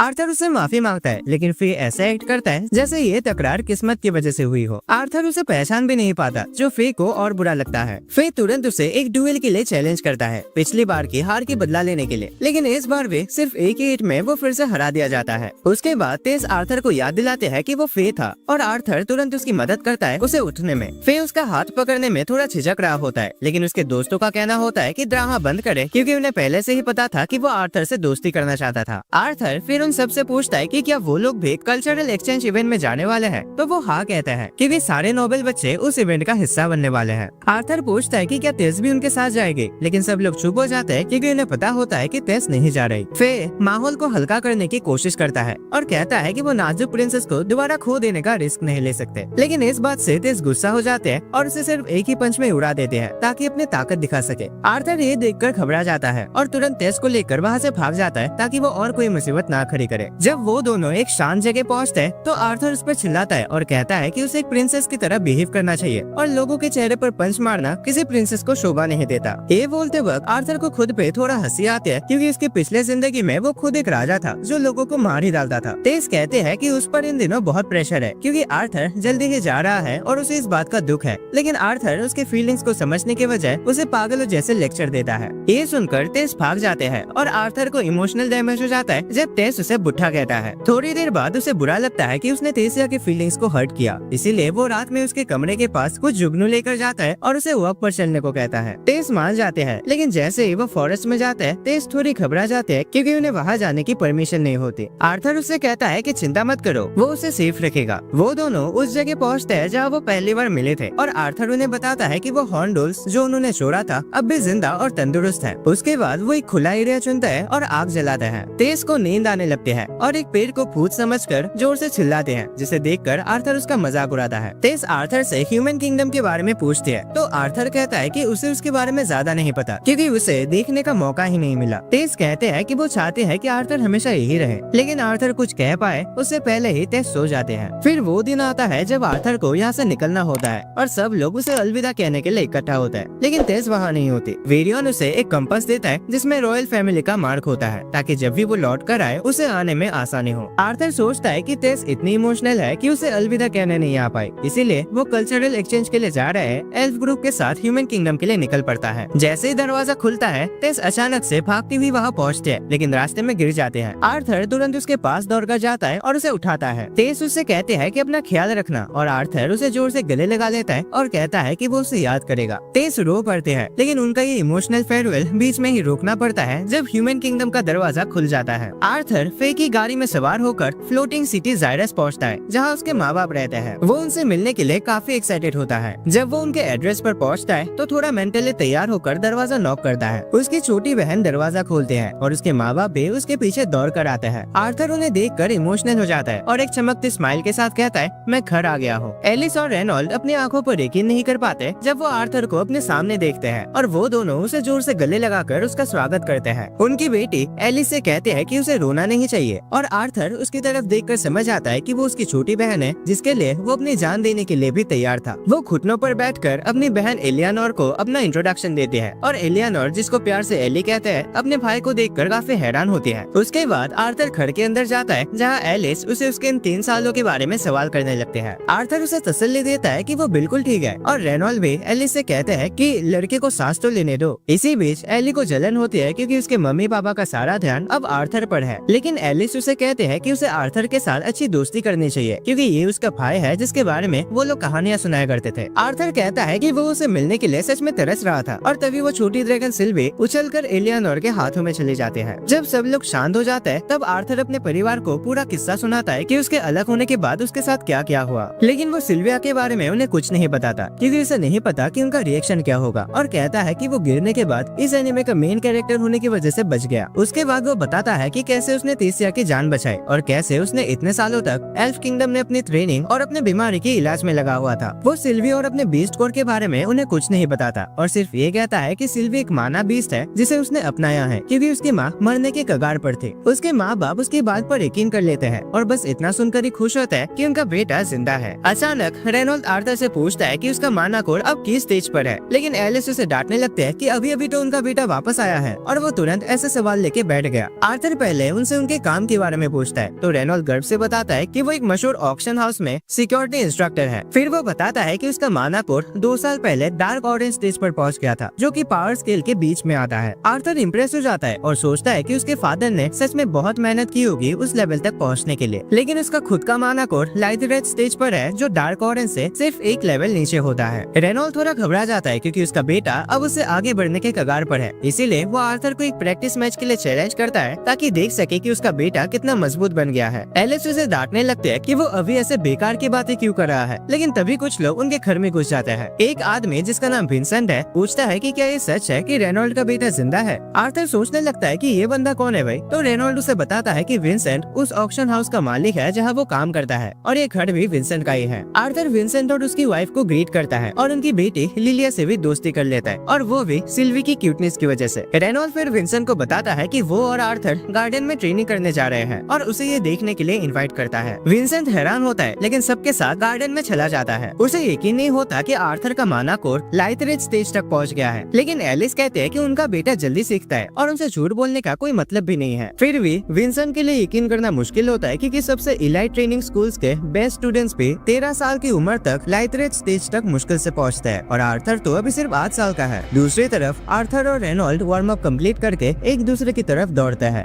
आर्थर अपने फादर के अटैक्स को ब्लॉक करता है और फिर काउंटर अटैक करता है। रेनॉल्ड उसे आसानी से रोक लेता है और कहता है कि आर्थर को अभी और मेहनत करने की जरूरत है, लेकिन तभी आर्थर उसे वीडियो से सीखी हुई चीजें दिखाकर हैरान कर देता है। वो रेनॉल्ड को थोड़ा पीछे धकेल देता है और रेनॉल्ड इम्प्रेस होता है, लेकिन वो कहता है कि अब उसे दोबारा हिट करने का मौका नहीं मिलेगा क्योंकि अब वो सीरियस होने जा रहा है। रेनॉल्ड अपने हाथों के आसपास माना को कंसंट्रेट करता है और उसे आग में बदल लेता है जो आर्थर के लिए एक बड़ी सरप्राइज होती है। आर्थर जानता है कि इस दुनिया में हर माना यूजर एक स्पेसिफिक एलिमेंट के साथ पैदा होता है। कंज्यूरर्स के लिए उस एलिमेंट को आइडेंटिफाई करना और यूज करना आसान होता है, लेकिन ऑगमेंटर्स जैसे रेनॉल्ड के लिए ये काफी प्रैक्टिस और समझ की बात होती है। रेनॉल्ड अचानक अपने पूरे शरीर को फ्लेम माना से कवर करता है और आर्थर पर हमला करता है। आर्थर से ब्लॉक कर पाता है और धीरे धीरे पीछे धकेला जाता है। आर्थर सोचता है कि उसकी पिछली जिंदगी में उसके पास एक पावर थी जिसका नाम था की, जो माना की तरह ही काम करती है, लेकिन की मास्टर्स अपने आप डिसाइड कर सकते हैं कि वो कौन सा एलिमेंट यूज करना चाहते हैं। आर्थर लड़ते हुए सोचता है कि इस जिंदगी में वो किसी एक स्पेसिफिक एलिमेंट के साथ पैदा नहीं हुआ, इसका मतलब है कि वो सभी एलिमेंट्स का यूज कर सकता है। अपनी पिछली और इस जिंदगी के ट्रेनिंग के साथ वो यकीन करता है कि उसके पास वो सब कुछ है जो रेनॉल्ड को हराने के लिए चाहिए। वो अपने हाथों में माना इकट्ठा करता है और उसके हाथ से एक सुनहरी रोशनी निकलने लगती है जो सबको हैरान कर देते हैं। आर्थर रेनॉल्ड्स की तरफ दौड़ता है और उसके फ्लेमिंग फेस को अपने गोल्डन ऑरा से ब्लॉक करता है। उन दोनों की टक्कर से एक जबरदस्त शॉकवेव निकलती है जो उन्हें पीछे धकेल देते हैं। फिर रेनॉल्ड एग्रेसिव हो जाता है और आर्थर को एक सॉलिड हिट करता है। जब आर्थर फिर से उसकी तरफ दौड़ता है उसे याद आता है कि उसने वीरियन के साथ ट्रेनिंग के दौरान कैसे अपनी की का इस्तेमाल किया था, जिससे उसका रिजल्ट काफी बेहतर हो गया था। उसने फायर एलिमेंट को काफी जल्दी मास्टर कर लिया था और इसी वजह से वीरियन ने उसे एक कदम और आगे ले जाने का फैसला किया था। अब आर्थर को अपनी ट्रेनिंग याद आती है और वो फिर से गोल्डन ऑरा रिलीज करता है, लेकिन इस बार वो उसे लाइटनिंग में बदल देता है। उसके शरीर से निकलती बिजलियां खास को जला देते हैं और रेनॉल्ड बस उसे आंखें फाड़ फाड़ कर देखता रह जाता है क्योंकि आर्थर ने फायर मैजिक के हायर फॉर्म को मास्टर कर लिया होता है। आर्थर कहता है कि अभी हैरान होने का वक्त नहीं है क्योंकि उसके पास और भी सरप्राइजेस है। वो अचानक अपने वाटर मैजिक का यूज करता है और फाउंटेन के पानी को मैनिपुलेट करके रेनॉल्ड पर अटैक करता है। सब लोग शॉक्ड होते ये देखकर कि आर्थर एक साथ 2 तरह की मैजिक का यूज कर रहा है। रेनॉल्ड बड़ी मुश्किल से अपने पीछे से आते पानी के अटैक को डॉज करता है। इसके बाद आर्थर अपने सारे अटैक्स कैंसिल कर देता है और रेनॉल्ड तुरंत उसे गले लगा लेता है। वो कहता है कि उसे बहुत गर्व है आर्थर पर और पूछता है कि उसने ये सब कब सीखा। आर्थर बताता है कि उसने ये रिसेंटली सीखा है, लेकिन अभी भी वो पानी को अच्छी तरह से कंट्रोल नहीं कर सकता। जब एलिस और एलियानोर इन सबको एक नॉर्मल चीज की तरह लेते हैं, विंसेंट और उसकी वाइफ हक्का बक्का हो जाता है। दोनों मान लेते हैं कि आर्थर एक जीनियस है। कुछ देर बाद सब अंदर लौट जाता है और डाइनिंग टेबल पर बैठते हैं। विंसेंट रेनॉल्ड से कहता है कि उसके बेटे का फ्यूचर काफी ब्राइट है। रेनॉल्ड इस बात को मानता है और कहता है कि उसने तो तभी जान लिया था जब आर्थर ने सिर्फ 3 साल की उम्र में अपना माना कोर अवेकन किया था और उनका पूरा घर उड़ा दिया था। विंसेंट ये सुनकर हैरान हो जाता है और जब रेनॉल्ड गर्व के साथ हंस रहा होता है तो वो अपने कुर्सी के साथ गिर जाता है। तभी विंसेंट अचानक उठकर कहता है कि उन्हें आर्थर को जायरस एकेडमी भेजना चाहिए। रेनॉल्ड ये सुनकर सुनकर हैरान होता है और पूछता है कि क्या वो श्योर है, क्योंकि जायरस एकेडमी पूरे कंटिनेंट की सबसे बड़ी मैजिकल एकेडमी है। विंसेंट की वाइफ पूरी तरह से उसकी बात से सहमत होते हैं और वो आर्थर के माँ बाप से कहते हैं कि उन्हें फीस के बारे में चिंता करने की जरूरत नहीं है, क्योंकि वो लोग आर्थर की पढ़ाई का खर्चा उठाना चाहते हैं, इसी उम्मीद में कि एक दिन उनके ये काम आएगा। एलिस ये सुन के थोड़ा घबरा जाते हैं और कहते हैं कि उन्हें तो ये भी नहीं पता कि एकेडमी उनके बेटे को लेगी भी या नहीं। लेकिन विंसेंट बड़े कॉन्फिडेंस के साथ कहता है कि वो एकेडमी के डायरेक्टर को जानता है और कुछ न कुछ तो कर सकता है। तभी अचानक आर्थर बोल पड़ता है और कहता है कि जब बात उससे जुड़ी है तो उसकी भी एक राय होनी चाहिए। वो कहता है कि अभी अभी उसके अपने परिवार से मुलाकात हुई है और वो इतनी जल्दी उनसे दूर नहीं जाना चाहता। विंसेंट उसकी फीलिंग समझ आता है और आर्थर उनसे कहता है कि प्रैक्टिस मैच के बाद वो काफी थक गया है। वो बिल्डिंग के अंदर चला जाता है, लेकिन लिलिया उसके पीछे आ जाते हैं क्योंकि वो उसकी ताकत देखकर उसकी दीवानी सी हो गई है। लिलिया उसे बताते हैं कि वो गलत डायरेक्शन में जा रहा है और कहते हैं कि वो उसे एक बेहतर जगह ले जाएगी। लिलिया उसे बेसमेंट के किचन में ले जाते हैं, जहाँ वो खुशी खुशी नौकर से बात करते हैं और उनसे कुछ टेस्टी खाना बनाने को कहते हैं। एक बुरी मेड उससे कहते हैं कि अपने डाइट का ध्यान रखे क्योंकि उसका वजन बढ़ रहा है। लिलिया गुस्से में उससे कहती है कि उसके वजन के बारे में बात न करे। आर्थर लिलिया का ये साइड देखकर हैरान रह जाता है क्योंकि अब तक वो ज्यादा बात भी नहीं करते थे। फिर एक मेड आर्थर को बताते हैं कि जब भी लिलिया स्ट्रेस में होते हैं तो वो यहाँ आके खाना खाते हैं। आर्थर क्यूरियस हो जाता है तो मेड बताते हैं कि लिलिया और उसके पेरेंट्स भी चाहते हैं कि वो एक मेज बन जाए और इसी वजह से उस पे काफी प्रेशर रहता है। रात में एलिस और रेनॉल्ड आर्थर के रूम में उससे बात करने आते हैं। वो कहते हैं कि उन्हें बहुत खुशी है कि उनका बेटा उनके पास वापस आ गया है और वो उस पर बहुत गर्व महसूस करते हैं। वो कहते हैं कि एक दिन आर्थर एक महान मेज बनेगा। आर्थर उन्हें कुछ बताना चाहता है, लेकिन वो उसकी बात को टाल देते हैं और कहते हैं कि बाकी सब कल बात करेंगे। फिर वो उसे गुड नाइट कहते हैं और सोने देते हैं। अगली सुबह आर्थर जैसे ही उठता है तुरंत हॉल की तरफ भागता है क्योंकि कुछ पुराने दोस्त उसे मिलने आए होते हैं। ये लोग उसके माँ बाप की पार्टी के मेंबर्स होते हैं और वो लोग उसे वापस देखकर बहुत खुश होते हैं। एंजेला उसे इतने जोर से गले लगा लेते हैं कि आर्थर को सांस लेना मुश्किल हो जाता है। फिर वो डार्डन के साथ एक हाई फाइव शेयर करता है। एडम और हेलेन एक दूसरे से लड़ते झगड़ते हुए आर्थर का स्वागत करते हैं, जबकि जैस्मिन अचानक बिना किसी वजह के उसकी तलाशी लेने लगते हैं, सिर्फ इसीलिए क्योंकि वो आर्थर को छूना चाहते हैं। फिर वो उसे गले लगाकर उससे माफी मांगते हैं और कहते हैं कि सब उसकी गलती है। इस इमोशनल मीटअप के बाद पूरी पार्टी आर्थर को अपने मिशंस के बारे में कहानियां बताते हैं जो कि किसी दूर इलाके में थे, और जैसे हमेशा होता है वो लोग छोटी छोटी बातों पर बहस करते रहते हैं। उनकी बातें सुन के आर्थर को महसूस होता है कि इस दुनिया के बारे में उसे अभी भी बहुत कुछ सीखना बाकी है और एक एडवेंचरर बनना इस दुनिया को समझने का एक अच्छा तरीका हो सकता है। लेकिन जैसे ही उसकी नजर अपने परिवार पर पड़ती है वो सोचता है कि अभी वो उनसे फिर से दूर जाने के लिए तैयार नहीं है। आर्थर अपने रूम के अंदर ट्रेनिंग शुरू करता है, कोशिश करता है कि वो अपने माना को इतना कंसंट्रेट करे कि उसे लगता है जैसे वक्त ही रुक गया हो,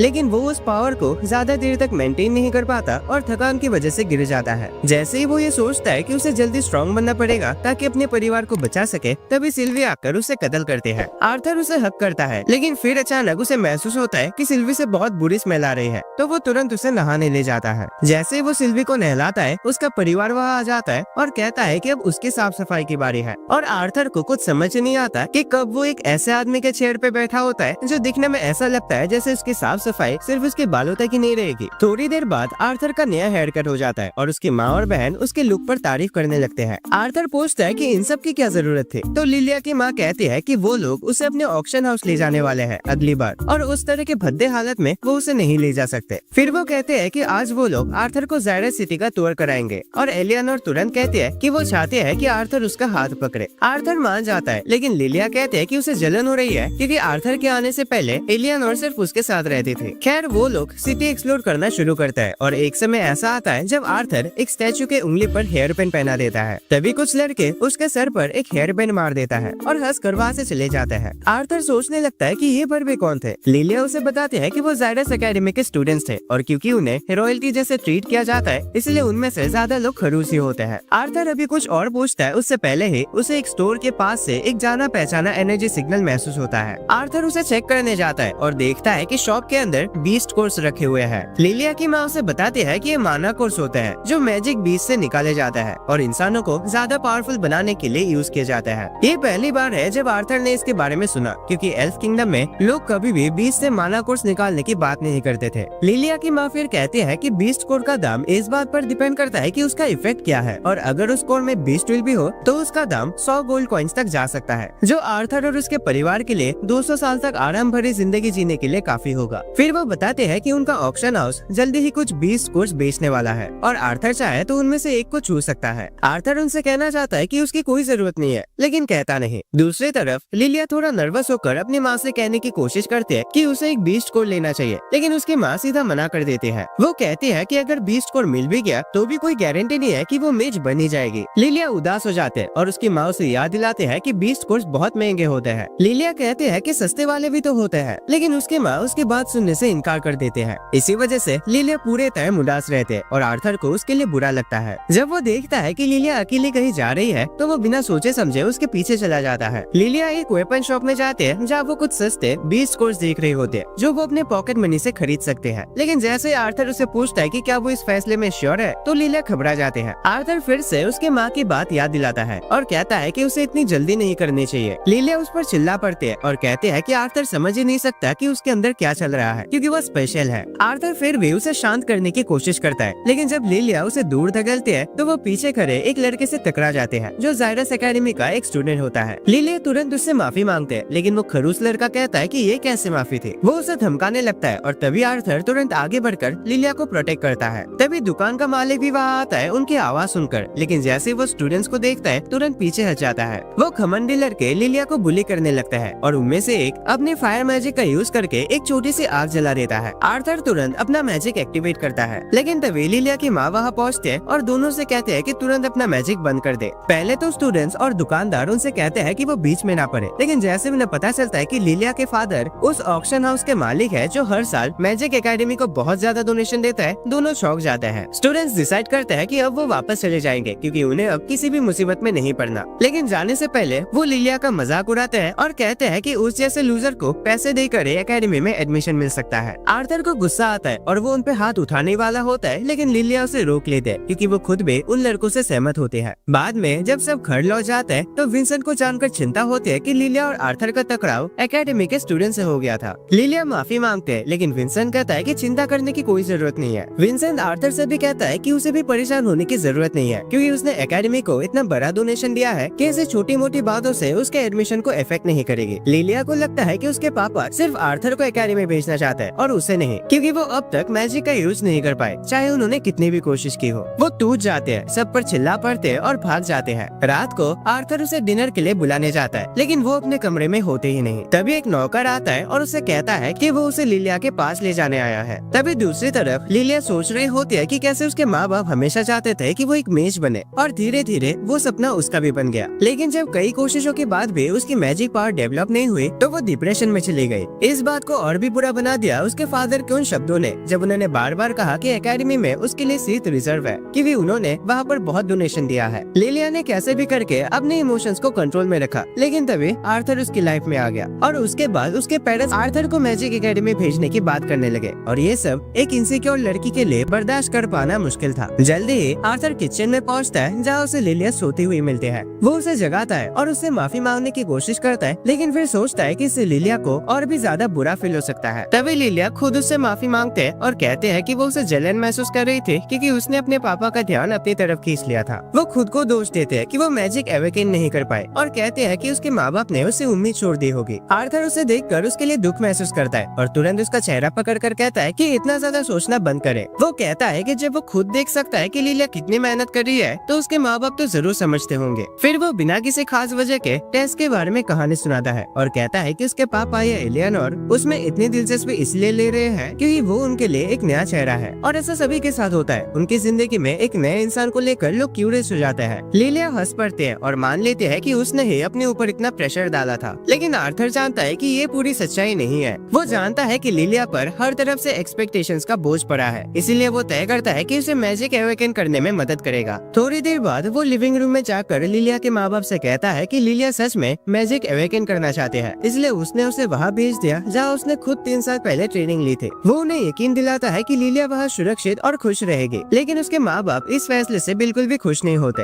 उनके माँ बाप उसे गुस्से में पूछते हैं कि उसने बिना उनसे पूछे लिलिया को कैसे भेज दिया। आर्थर जवाब देता है कि ये लिलिया का अपना फैसला था। जब उसने उसे ऑप्शन दिया था तो लिलिया ने डिसाइड किया कि वो अपने माँ बाप से बात नहीं करेगी क्योंकि उनसे बात करके वो अपने फैसले पर शक करने लगते हैं। फिर आर्थर विंसेंट को एक चिट्ठी देता है जिसमें लिलिया ने लिखा होता है कि जब तक वो मैजिक सीख नहीं लेते तब तक वो अपने माँ बाप पर बोझ है। वो वादा करते हैं कि चाहे जितना भी वक्त लगे वो एक मेज बनकर दिखाएगी। विंसेंट ये पढ़कर टूट जाता है। वो खुद को दोष देने लगता है और कहता है कि उसने सोचा था कि अगर लिलिया मैजिशियन बन गई तो उसका फ्यूचर अच्छा होगा, लेकिन उसे ये नहीं पता था कि उसका ये सपना देखना लिलिया को इतना बड़ा कदम उठाने पर मजबूर कर देगा। वो कहता है कि अगर लिलिया मेज नहीं बनती तो भी वो खुश रहता, बस उसकी बेटी खुश होनी चाहिए थी। यही मोमेंट होता है जब आर्थर लिलिया को उसके छुपने की जगह से बुलाता है। उसके माँ बाप हैरान रह जाते हैं कि ये सब क्या हो रहा है। आर्थर तुरंत माफी मांगता है झूठ बोलने के लिए, लेकिन वो चाहता था कि लिलिया खुद महसूस करे कि उसके माँ बाप उससे बिना किसी शर्त पर प्यार करते हैं। विंसेंट कहता है कि ठीक है, क्योंकि अब उसे अपनी गलती का एहसास हो गया है। वो तुरंत एलिस और रेनॉल्ड से भी माफी मांगता है और कहता है कि उसे इतनी जल्दी नहीं करनी चाहिए थी उनके बेटे को एकेडमी भेजने में, जबकि वो अभी अभी उनके पास वापस आया है। फिर वो लिलिया से कहते हैं कि अगर वो मैजिक एकेडमी ज्वाइन नहीं करना चाहते तो भी कोई बात नहीं है, वो और भी चीजों में खुश रह सकते हैं। लेकिन लिलिया कहते हैं कि वो सच में एकेडमी ज्वाइन करना चाहते हैं और उसके लिए वो मेहनत करके अपने मैजिक को अवेकन करना चाहते हैं। उसके माँ बाप उसे गले लगा लेते हैं और कहते हैं कि उन्हें उस पर पूरा भरोसा है। ये इमोशनल मोमेंट देखकर आर्थर बीच में बोल पड़ता है कि वो लिलिया की मदद करेगा मैजिक अवेकन करने में। थोड़ी देर बाद वो लिलिया और एलियानोर को एक दूसरे के पीठ से पीठ मिलाकर बैठा देता है। उनके माँ बाप कंफ्यूज होता है कि क्या आर्थर सच में ये कर पाएगा, लेकिन आर्थर कॉन्फिडेंट होकर कहता है कि मैजिक अवेकन करने का पहला कदम है अपनी सांसों पर ध्यान देना। वो कहता है कि आंखें बंद करके धीरे धीरे सांस लो और तब तक कंसंट्रेट करो जब तक अंधेरे में एक रोशनी न दिखाई दे। एलियानोर सबसे पहले रोशनी देखते हैं, लेकिन जैसे वो बोल पड़ते हैं उसका ध्यान टूट जाता है और सब कुछ वापस ब्लैंक हो जाता है। लिलिया थोड़ा पीछे रह जाते हैं क्योंकि उसे कुछ भी नजर नहीं आ रहा होता, लेकिन आर्थर उससे कहता है कि सांस लेना जारी रखो। फिर वो अपना हाथ दोनों लड़कियों के पीठ पर रखता है और कहता है कि अगर थोड़ा सा गर्म महसूस हो तब भी सांस लेते रहो। फिर वो धीरे से अपना माना उनके अंदर भेजता है और लिलिया को आखिरकार वो रोशनी दिखाई देने लगती है जिसके बारे में आर्थर बोल रहा था। उसके माँ बाप इमोशनल हो जाते हैं अपनी बेटी को फाइनली माना विजुलाइज करते हुए देखकर, और उसके बाद लिलिया नीचे जाते हैं नौकरों के साथ पार्टी करने के लिए। थोड़ी देर बाद आर्थर लिलिया के परिवार के ऑक्शन हाउस जाता है और उस जगह की खूबसूरती देखकर हैरान रह जाता है। वहाँ हर तरह के नोबल्स, मर्चेंट्स और एडवेंचरर्स इकट्ठा हुए होते हैं ताकि कुछ रेयर आइटम्स खरीद सके। लिलिया और एलियानोर तुरंत जाकर कुछ शानदार बीस्ट कोर्स देखने लगते हैं, जबकि आर्थर का ध्यान एक अजीब से डीमन स्टैचू की तरफ चला जाता है। इसी बीच रेनॉल्ड ऑक्शन हाउस की सिक्योरिटी हैंडल कर रहा होता है। जल्द ही ऑक्शन शुरू होता है और विंसेंट सबसे पहले उनके वीआईपी गेस्ट का इंट्रोडक्शन देता है, जो होते हैं किंग ब्लेन और उनका पूरा परिवार। किंग के आने पर सभी लोग जोरदार तालियों से उनका स्वागत करते हैं और आर्थर महसूस करता है कि राजा अपने लोगों के बीच कितना पॉपुलर है। उसके बाद ऑक्शन ऑफिशियली शुरू हो जाता है और पहला आइटम होता है एक डैगर जो लाइटनिंग मैजिक से एन्चेंटेड होता है। आर्थर सोचता है कि क्या वो भी अपने मैजिक से किसी वेपन को एन्चेंट कर सकता है। तभी उसे पता चलता है कि सिल्वी गायब है। वो तुरंत उसे ढूंढने निकल पड़ता है, बिना ये जाने कि छोटी सी ड्रैगन एक अजीब मैजिशियन के सामने हॉलवे में पहुंच गई है। इसी बीच ऑक्शन जारी रहता है और विंसेंट सबके सामने एक लायन मॉन्स्टर के बच्चे को पेश करता है। वो लोगों को बताता है कि ये माना बीस्ट अभी से ए रैंक का है, अपनी छोटी उम्र के बावजूद। प्रिंस अपने फादर से कहता है कि उसे लायन चाहिए और राजा तुरंत बीट लगाने में शामिल हो जाता है। आखिरकार उस लायन को 1000 गोल्ड कॉइंस में खरीद लेता है। दूसरी तरफ आर्थर हॉलवे में सिल्वी को ढूंढते हुए पहुंचता है। तभी उसे कुछ दूर से उसकी आवाज सुनाई देते हैं। वो तुरंत उस तरफ भागता है और देखता है कि एक अजीब सा आदमी सिल्वी से कह रहा है कि उसे थोड़ा अच्छे से देखने दो। आर्थर तुरंत समझ आता है कि ये आदमी उन्हीं मैजिशियन जैसे कपड़ों में है जो राजा के पीछे करे थे,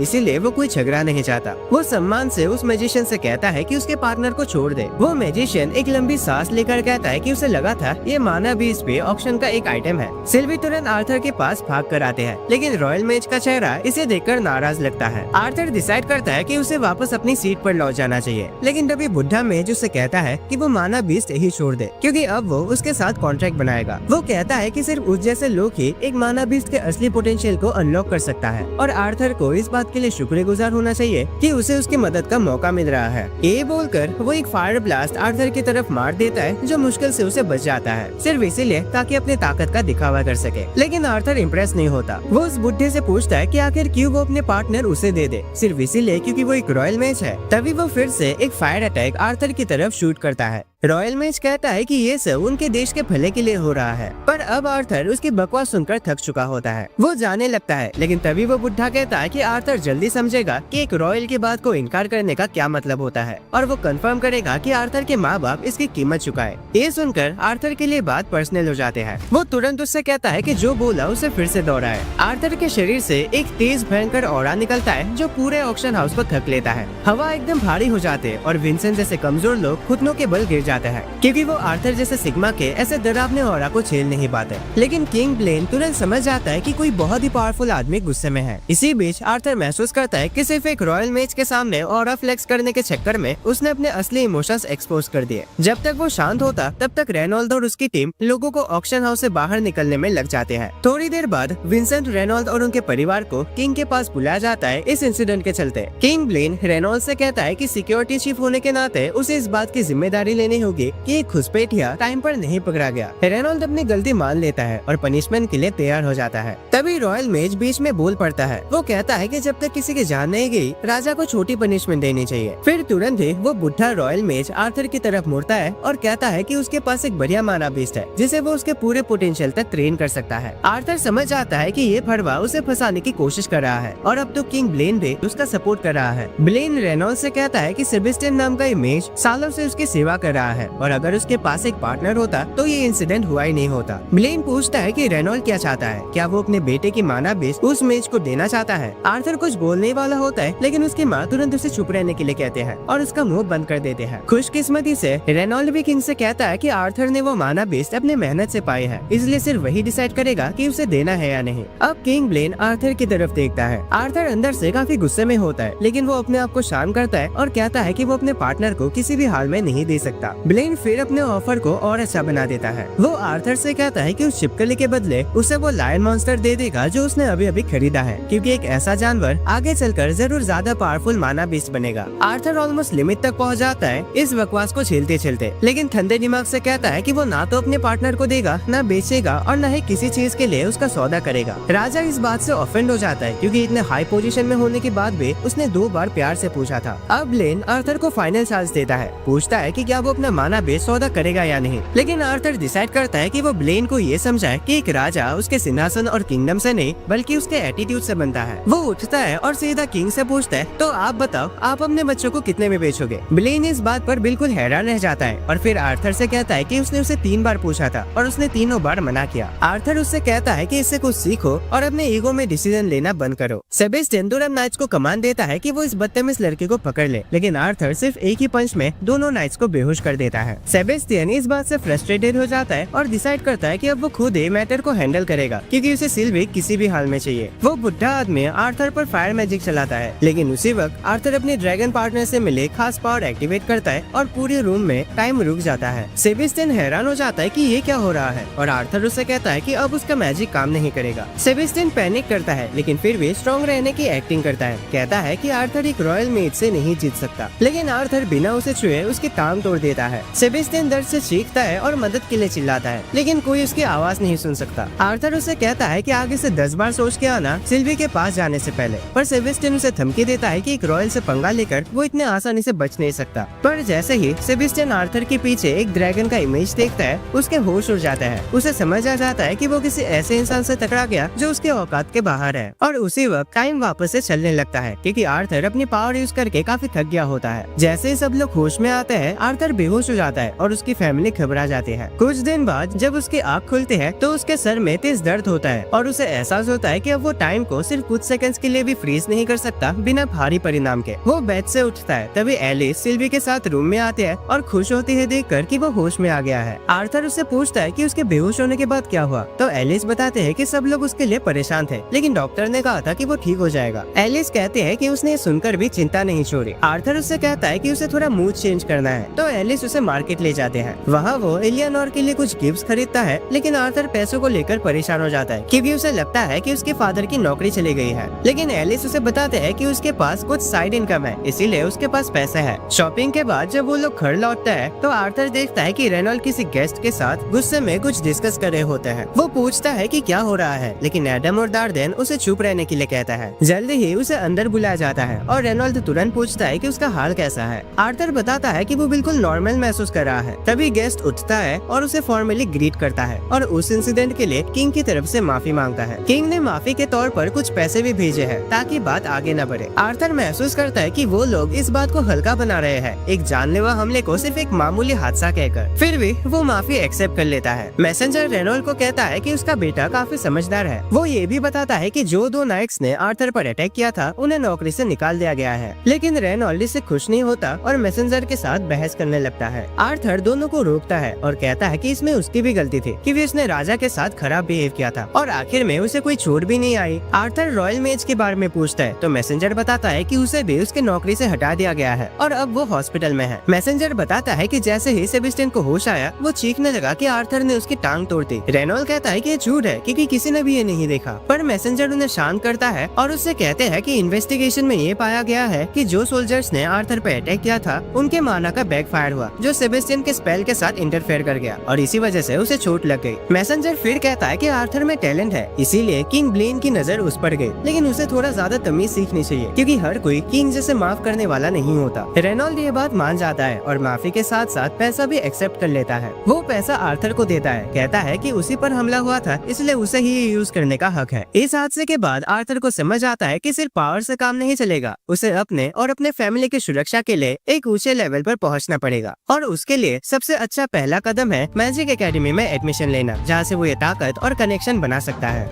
वहाँ एकेडमी के डायरेक्टर उसका इंतजार कर रहे होते हैं जिसे विंसन ने अरेंज किया था। आर्थर इस मौके का पूरा फायदा उठाना चाहता है क्योंकि डायरेक्टर के पास एकेडमी पर पूरा कंट्रोल है और उनका प्रभाव उनके देश में भी राजा महाराजाओं के बराबर है। डायरेक्टर भी आर्थर से मिलकर खुश होते हैं क्योंकि विंसन ने उसके बारे में काफी अच्छी बातें बताई थी। अब वो देखना चाहते हैं कि क्या आर्थर वैसे स्ट्रॉन्ग है जैसे बताया गया है। आर्थर उनसे कहता है कि वो तैयार है। डायरेक्टर एक मैजिक बैरियर बनाते हैं ताकि उनकी प्रेजेंस किसी को महसूस ना हो। आर्थर उनकी इतनी ज्यादा माना पावर देखकर भी रिएक्ट नहीं करता, जबकि अंदर से वो इम्प्रेस हो जाता है लेकिन छुपाता है। आर्थर डिसाइड करता है कि वो अपने ताकत का एक छोटा सा हिस्सा दिखाएगा जो डायरेक्टर का ध्यान खींचने के लिए काफी होगा। पहले वो विंड मैजिक का यूज करता है और जमीन से कुछ पत्थर निकालकर उन्हें डायरेक्टर पर फेंकता है, लेकिन डायरेक्टर उन्हें आसानी से अर्थ मैजिक से रोककर पटक देते हैं। आर्थर हैरान हो जाता है लेकिन तुरंत डिसाइड करता है कि वो दूसरे एलिमेंट्स का यूज करेगा क्योंकि विंड मैजिक अभी उसकी सबसे कमजोर एबिलिटी है। अब वो अर्थ मैजिक का यूज करके चारों तरफ से उन पर अटैक करता है, लेकिन डायरेक्टर सब कुछ विंड मैजिक से डिफ्लेक्ट कर देते हैं। उसके बाद आर्थर अपने क्लोज कॉम्बैट स्किल्स दिखाने के लिए अपने फिजिकल एबिलिटीज को इनहेंस करता है और उन पर हमला करता है, लेकिन डायरेक्टर इजीली अपने विंड मैजिक से उसे दूर फेंक देते हैं। जब आर्थर जमीन पर गिरता है तो उसे समझ आता है कि वो बुरी तरह हरा दिया गया है, फिर भी उसकी परफॉर्मेंस डायरेक्टर को इम्प्रेस कर लेते हैं। वो कहते हैं कि आर्थर अपनी एबिलिटीज को थोड़ा ओवर एस्टिमेट करता है, लेकिन उसके अलावा वो काफी स्ट्रॉन्ग और स्किल्ड है।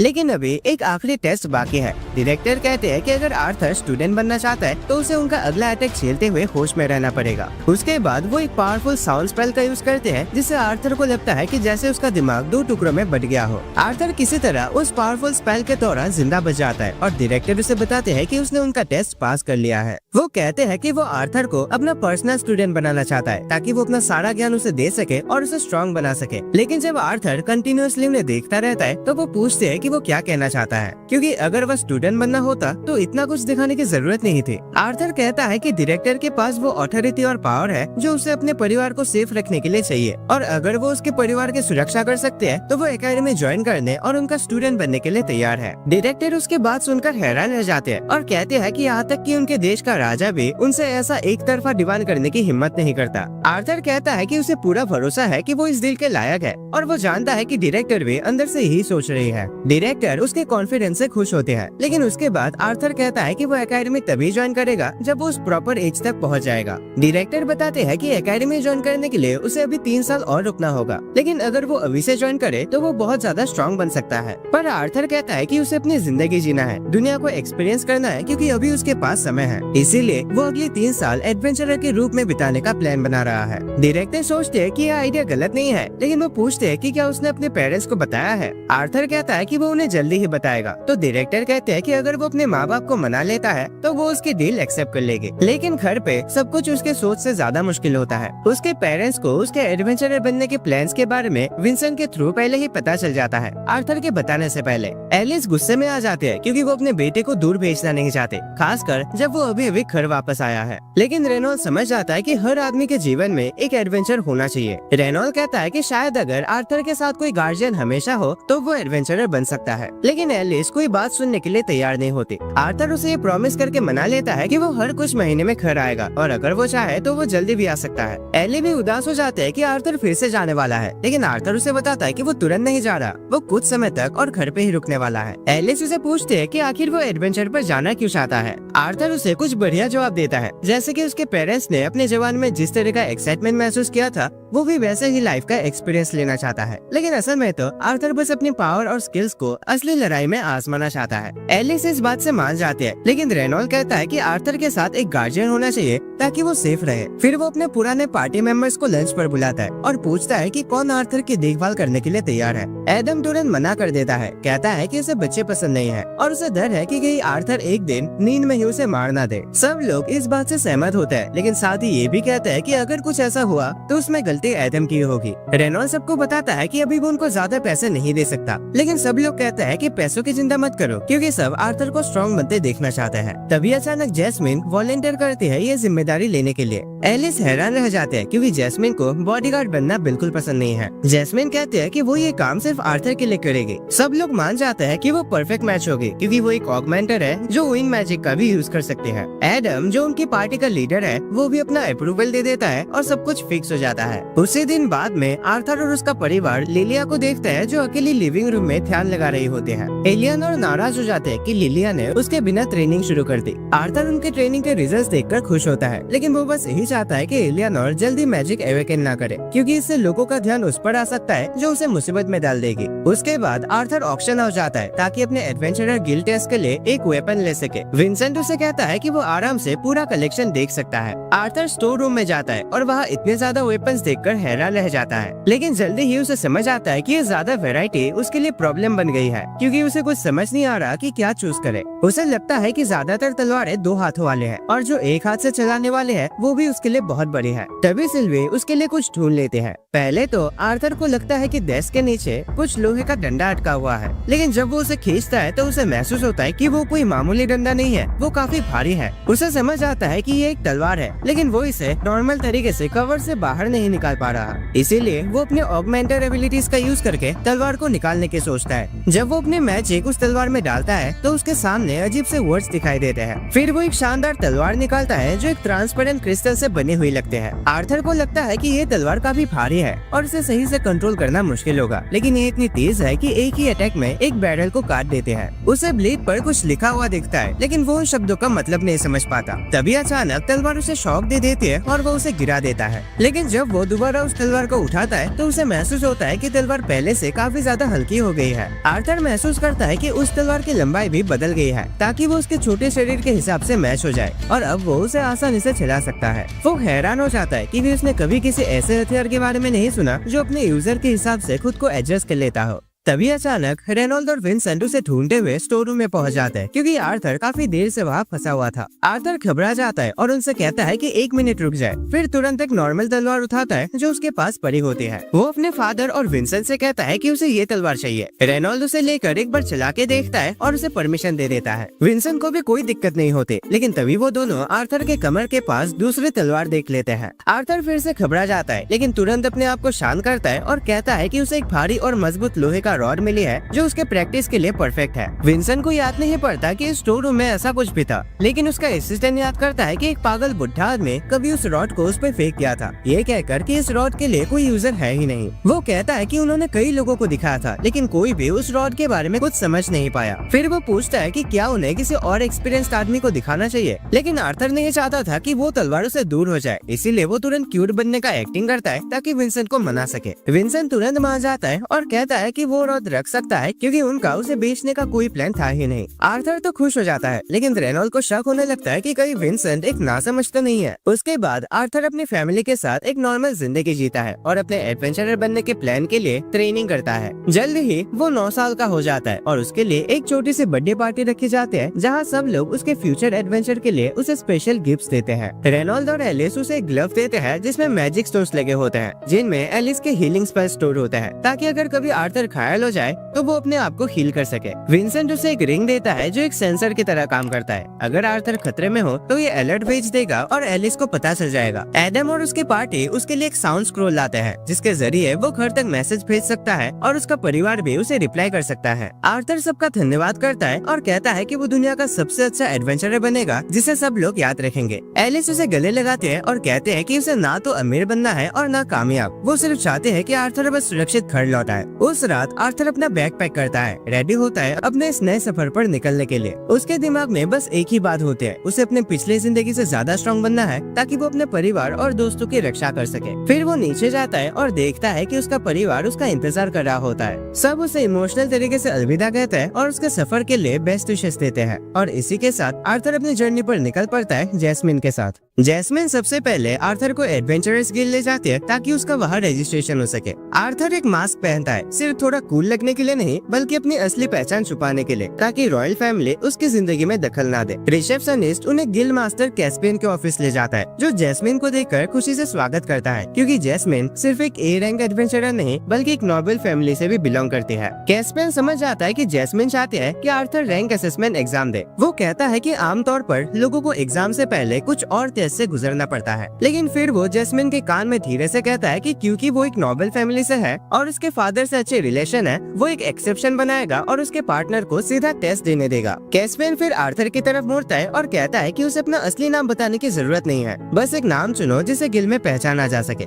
आर्थर एक नकली नाम डिसाइड करता है, नूत। जैसे ही आर्थर कैस्पियन से हाथ मिलाता है, उसे महसूस होता है कि कैस्पियन दिखने में चाहे कितना भी नॉर्मल हो, लेकिन वो अंदर से बहुत ज्यादा स्ट्रॉन्ग है। उसके बाद कैस्पियन उन्हें बैटल एरिना ले जाता है जहाँ पे उसका एग्जाम होगा। वहाँ एक मैजिशियन लड़की टेस्ट दे रही होती है। उसे सी रैंक मिलता है क्योंकि उसके पास एक्सप्लोसिव पावर तो होते हैं, लेकिन डिफेंस की कमी होती है। जैस्मिन आर्थर से कहते हैं कि उस लड़की में पोटेंशियल है, क्योंकि उसकी एज में सी रैंक मिलना आसान नहीं होता। फिर अगला कैंडिडेट आता है, एक नर्ड जैसा लड़का, लेकिन उसे एग्जामिनर से फाइट करने का भी मौका नहीं मिलता और सीधा बी रैंक दे दिया जाता है। सब लोग ये देखकर हैरान रह जाते हैं। आर्थर जैस्मिन से पूछता है ये अभी क्या हुआ, वो बिना टेस्ट दिए पास कैसे हो गया, लेकिन जैस्मिन के पास भी इसका कोई जवाब नहीं होता। उसके बाद एक घमंडी लड़का ल्यूकास सामने आता है और एग्जामिनर से कहता है कि उसके लिए भी टेस्ट स्किप कर दिया जाए और सीधा रैंक दे दिया जाए। एग्जामिनर कहता है कि ल्यूकास काफी इम्प्रेसिव है, क्योंकि सिर्फ 11 साल की उम्र में उसका माना core already light orange stage तक पहुंच चुका है। सब लोग हैरान रह जाते हैं, लेकिन आर्थर नोटिस करता है कि ल्यूकास असल में एक एल्फ है। जैसे ही टेस्ट शुरू होता है, ल्यूकास तुरंत एक फायर बीस्ट समन करता है और उसे एग्जामिनर की तरफ भेजता है। एग्जामिनर उस फायर बीस्ट को तुरंत रॉक पिरामिड के अंदर बंद कर देता है। ल्यूकास तुरंत उस पिरामिड के ऊपर चढ़ जाता है और अपने स्टाफ से एक पावरफुल स्पेल करता है, जिससे पूरे एरिना पर फायरबॉल्स की बारिश होने लगते हैं, और वो भी सिर्फ इतने कम एज में। लेकिन ल्यूकास उस बड़े फायरबॉल को कंट्रोल नहीं कर पाता जो आसमान में बन गया था, और वो अचानक से फंस जाता है, जो पूरे एरिना को खतरे में डाल देता है। एग्जामिनर तुरंत एक्शन लेता है, एक डस्ट क्लाउड बनाता है जिससे ल्यूकास बच जाता है और अटैक कैंसिल हो जाता है। जैसे धूल और धुआं हटा, एग्जामिनर ल्यूकास से कहते हैं कि उसने अच्छा परफॉर्म किया, लेकिन उसके अंदर अभी भी ओवर कॉन्फिडेंस भरा हुआ है। ये सुनकर बिना किसी वार्निंग के ल्यूकास एग्जामिनर पर फिर से अटैक कर देता है, लेकिन इस बार आर्थर अपनी तलवार फेंक कर उस अटैक को ब्लॉक कर देता है। ल्यूकास गुस्से में आ जाता है और कहता है कि एग्जाम दोबारा होना चाहिए क्योंकि थर्ड पार्टी ने इंटरफेयर किया, लेकिन रेफरी कहते हैं कि एग्जाम ऑलरेडी खत्म हो चुका है। चीफ एग्जामिनर ल्यूकास से कहते हैं कि उसमें पावर और पोटेंशियल तो है, लेकिन उसके पास बिल्कुल भी कॉमन सेंस नहीं है, इसीलिए उसे डी रैंक दिया जाएगा। ये सुनकर एल्फ लड़का हैरान रह जाता है और एग्जामिनर से कहता है कि वो इसके बारे में अपने पापा से कंप्लेन करेगा। एग्जामिनर उसे अर्थ मैजिक से उठाकर ले जाते हैं। उसके बाद आर्थर की बारी आती है और जैसे ही वो एरिना में कदम रखता है, उसके शरीर से एक भयानक ऑरा निकलने लगता है। रेफरी तुरंत सावधान हो जाता है, क्योंकि वो इस लेवल की एनर्जी की उम्मीद नहीं कर रहा था, लेकिन कैस्पियन उससे कहता है कि पीछे हट जाए, क्योंकि वो खुद आर्थर का टेस्ट लेगा।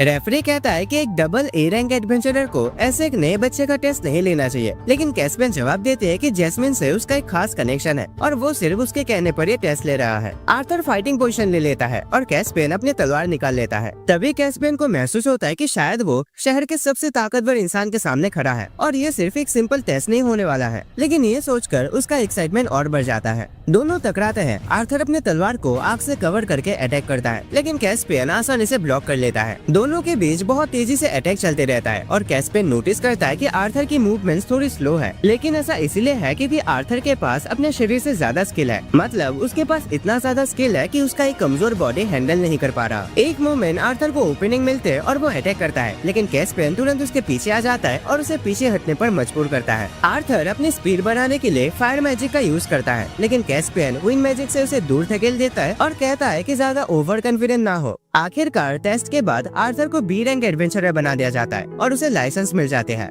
लेकिन उसी वक्त गिल्ड के टॉप ऑफिशियल्स कैस्पियन को घेर लेते हैं क्योंकि एक ही दिन में 2 से ज्यादा बच्चों को बी रैंक लाइसेंस मिल गया है। कैस्पियन उन्हें बताता है कि करीब 6 महीने पहले देश ने वो कानून हटा दिया था जो एल्फ्स और ड्वार्फ्स को एडवेंचरर बनने से रोकता था। तब उन ऑफिशियल्स को सब समझ आता है। ज्यादातर बच्चे जिन्होंने बी रैंक लिया है या तो एल्फ या ड्वार्फ के परिवार से है, जैसे लूकस जो एक हाफ एल्फ है और एक ऐसे परिवार से आता है जो किसी भी हद तक जाने के लिए मशहूर है ताकि पावरफुल मेजेस पैदा किया जा सके। और वो नर्ड जो टेस्ट तक नहीं दे रहा था असल में एक ह्यूमन है जो ड्वार्फ्स के किंगडम में पला बड़ा है और उसके पीछे बहुत बड़े बड़े लोगों का सपोर्ट है, इसीलिए कैस्पियन भी उसका टेस्ट नहीं ले सका। ऑफिशियल्स इस बात को लेकर परेशान होते हैं कि इसका क्या असर हो सकता है, लेकिन एक नाइट आर्थर को लेकर क्यूरियस होता है। कैस्पियन कहता है कि उसे आर्थर के बारे में ज्यादा कुछ नहीं पता, लेकिन इतना जरूर जानता है कि वो ना तो एल्फ है और ना ही ड्वार्फ, लेकिन उसकी ताकत में कोई कमी नहीं है। और सबसे बड़ी बात यह है कि जैस्मिन जो कि पूरे किंगडम के सबसे शक्तिशाली फायर यूजर्स के परिवार से आती है, आर्थर को सपोर्ट कर रही है। कैस्पियन कहता है कि आर्थर की फायर मैजिक अच्छी है, लेकिन उसकी तलवारबाजी उससे भी बेहतर है। अगर वो अपने स्वॉर्ड स्किल्स पर ऐसे ही मेहनत करता रहा तो वो एक असली पावरफुल एडवेंचरर बन सकता है। इसी बीच आर्थर भी रियलाइज करता है कि उसने मैजिक पर काफी ज्यादा फोकस किया है और अब उसे अपनी तलवारबाजी भी सुधारनी चाहिए ताकि वो और ज्यादा मजबूत बन सके। जब वो गिल्ड से बाहर निकलता है तो अचानक उसका टकराव उस नर्ड लड़के एलिजा से हो जाता है। एलिजा तुरंत उसे एडवाइस देने लगता है और कहता है कि लूकस को रोकना थोड़ा पागलपन था। फिर वो कहता है कि अगर आर्थर नहीं रोकता तो वो खुद करता। तभी लूकस वहाँ आ जाता है और पूछता है कि वो दोनों क्या बात कर रहे हैं। आर्थर और एलिजा दोनों को उसमें कोई इंटरेस्ट नहीं होता, जो देखकर लूकस और गुस्सा हो जाता है क्योंकि वो सोचता है कि वो कम से कम उन दोनों के जितना जरूर स्ट्रॉन्ग है। आर्थर उसे कहता है कि तुम्हारे जैसे एक डी रैंक लड़के को बी रैंक एडवेंचरर से दूर रहना चाहिए। लूकस गुस्से में आकर आर्थर की कॉलर पकड़ लेता है, लेकिन क्योंकि सब लोग देख रहे होते हैं वो आखिर में पीछे हट जाता है। उसके बाद जैस्मिन आर्थर को उस जगह ले जाते हैं जहाँ से हर बिगिनर एडवेंचरर बनने का अपना सफर शुरू करता है,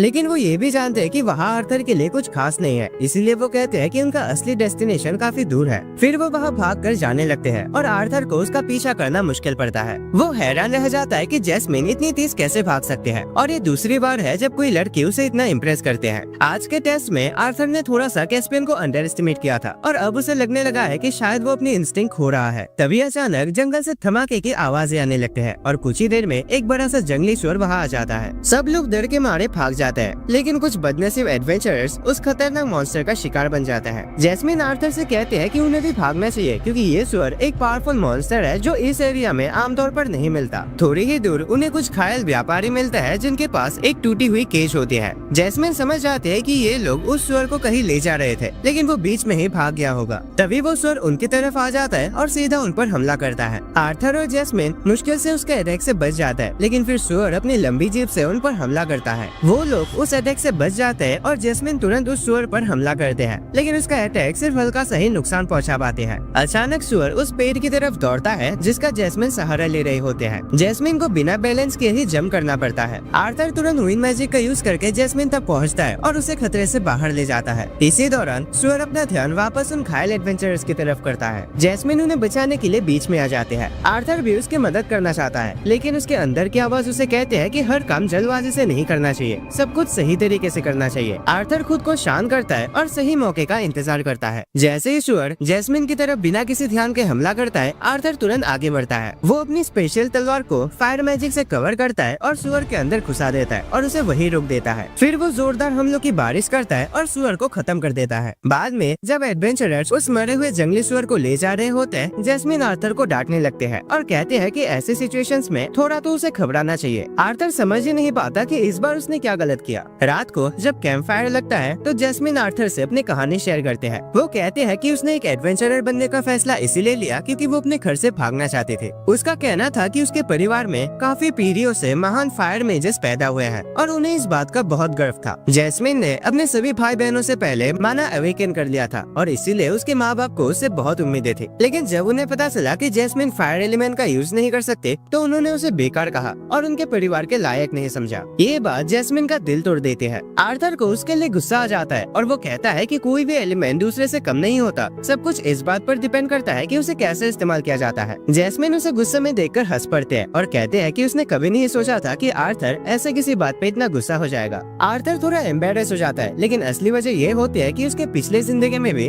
लोग उसे बेकार कहते थे, लेकिन उसने लगातार मेहनत करके अपने आप को साबित किया था। जैस्मिन फिर कहते हैं कि पहले वो वे लिए आर्थर की तरह बिना सोचे समझे लड़ते थे, लेकिन इसी वजह से उसे अपने पार्टी मेंबर से डांट भी पड़ती थी। लेकिन उसी पार्टी ने उसे टीम वर्क और भरोसा करना सिखाया, जिसने उसे एक बेहतर इंसान बनाया। इसके बाद जैस्मिन सो जाते हैं और आर्थर जागता रहता है ताकि पहरा दे सके। वो सोचने लगता है कि क्या वो भी बदल सकता है। वो अपनी जिंदगी के उन सभी लोगों के बारे में सोचता है जिन्हें वो प्रोटेक्ट करना चाहता है और कसम खाता है कि उनकी सुरक्षा के लिए जितना हो सके स्ट्रॉन्ग बनेगा। सो दोस्तों, फाइनली इस एनिमे का पहला सीजन यहीं पर खत्म हो जाता है। अभी वेट करना पड़ेगा जब तक सीजन 2 रिलीज नहीं हो जाता, और कब होगा वो तो मुझे भी नहीं पता। लेकिन मुझे इतना पता है कि आगे इस एनिमे में जो सीन होने वाला है, भाई साहब तुम लोग देखकर पागल हो जाओगे। और हाँ, अगर तुम्हें थोड़ा सा स्पॉइलर चाहिए तो मैं बता देता हूँ कि आगे आर्थर ये 3 साल एडवेंचर करके बहुत ज्यादा पावरफुल बन जाएगा, इतना ज्यादा कि तुम सोच भी नहीं सकते। और इसी दौरान उसके कई सारे नए दोस्त भी बनेंगे और कई ऐसे इंपॉर्टेंट लोग भी होंगे जो मर जाएंगे। लेकिन इन सबको साइड में रख के आर्थर फिर मैजिक एकेडमी में एडमिशन लेता है, और उसकी आगे की स्टोरी मैं तुम्हें नहीं बता सकता, वो बहुत ज्यादा स्पॉइल हो जाएगा। ये स्टोरी मुझे इतना पसंद है कि भाई मैं बोल के तो फील नहीं करा सकता। बाकी अब क्योंकि ये एनिमे खत्म हो चुका है तो तुम लोग ही बताओ कि अगला कौन सा एनिमे एक्सप्लेन किया जाए, और प्लीज थोड़ा जल्दी बताना क्योंकि वीडियो भी बनाना होता है। सो इसीलिए चैनल को अभी के अभी सब्सक्राइब करके रखो ताकि तुम फ्यूचर में भी इसका एक भी पार्ट मिस ना करो। जिन्होंने भी इसके पिछले पार्ट्स नहीं देखे, डिस्क्रिप्शन में लिंक पड़ा है, जल्दी से जाके देखो।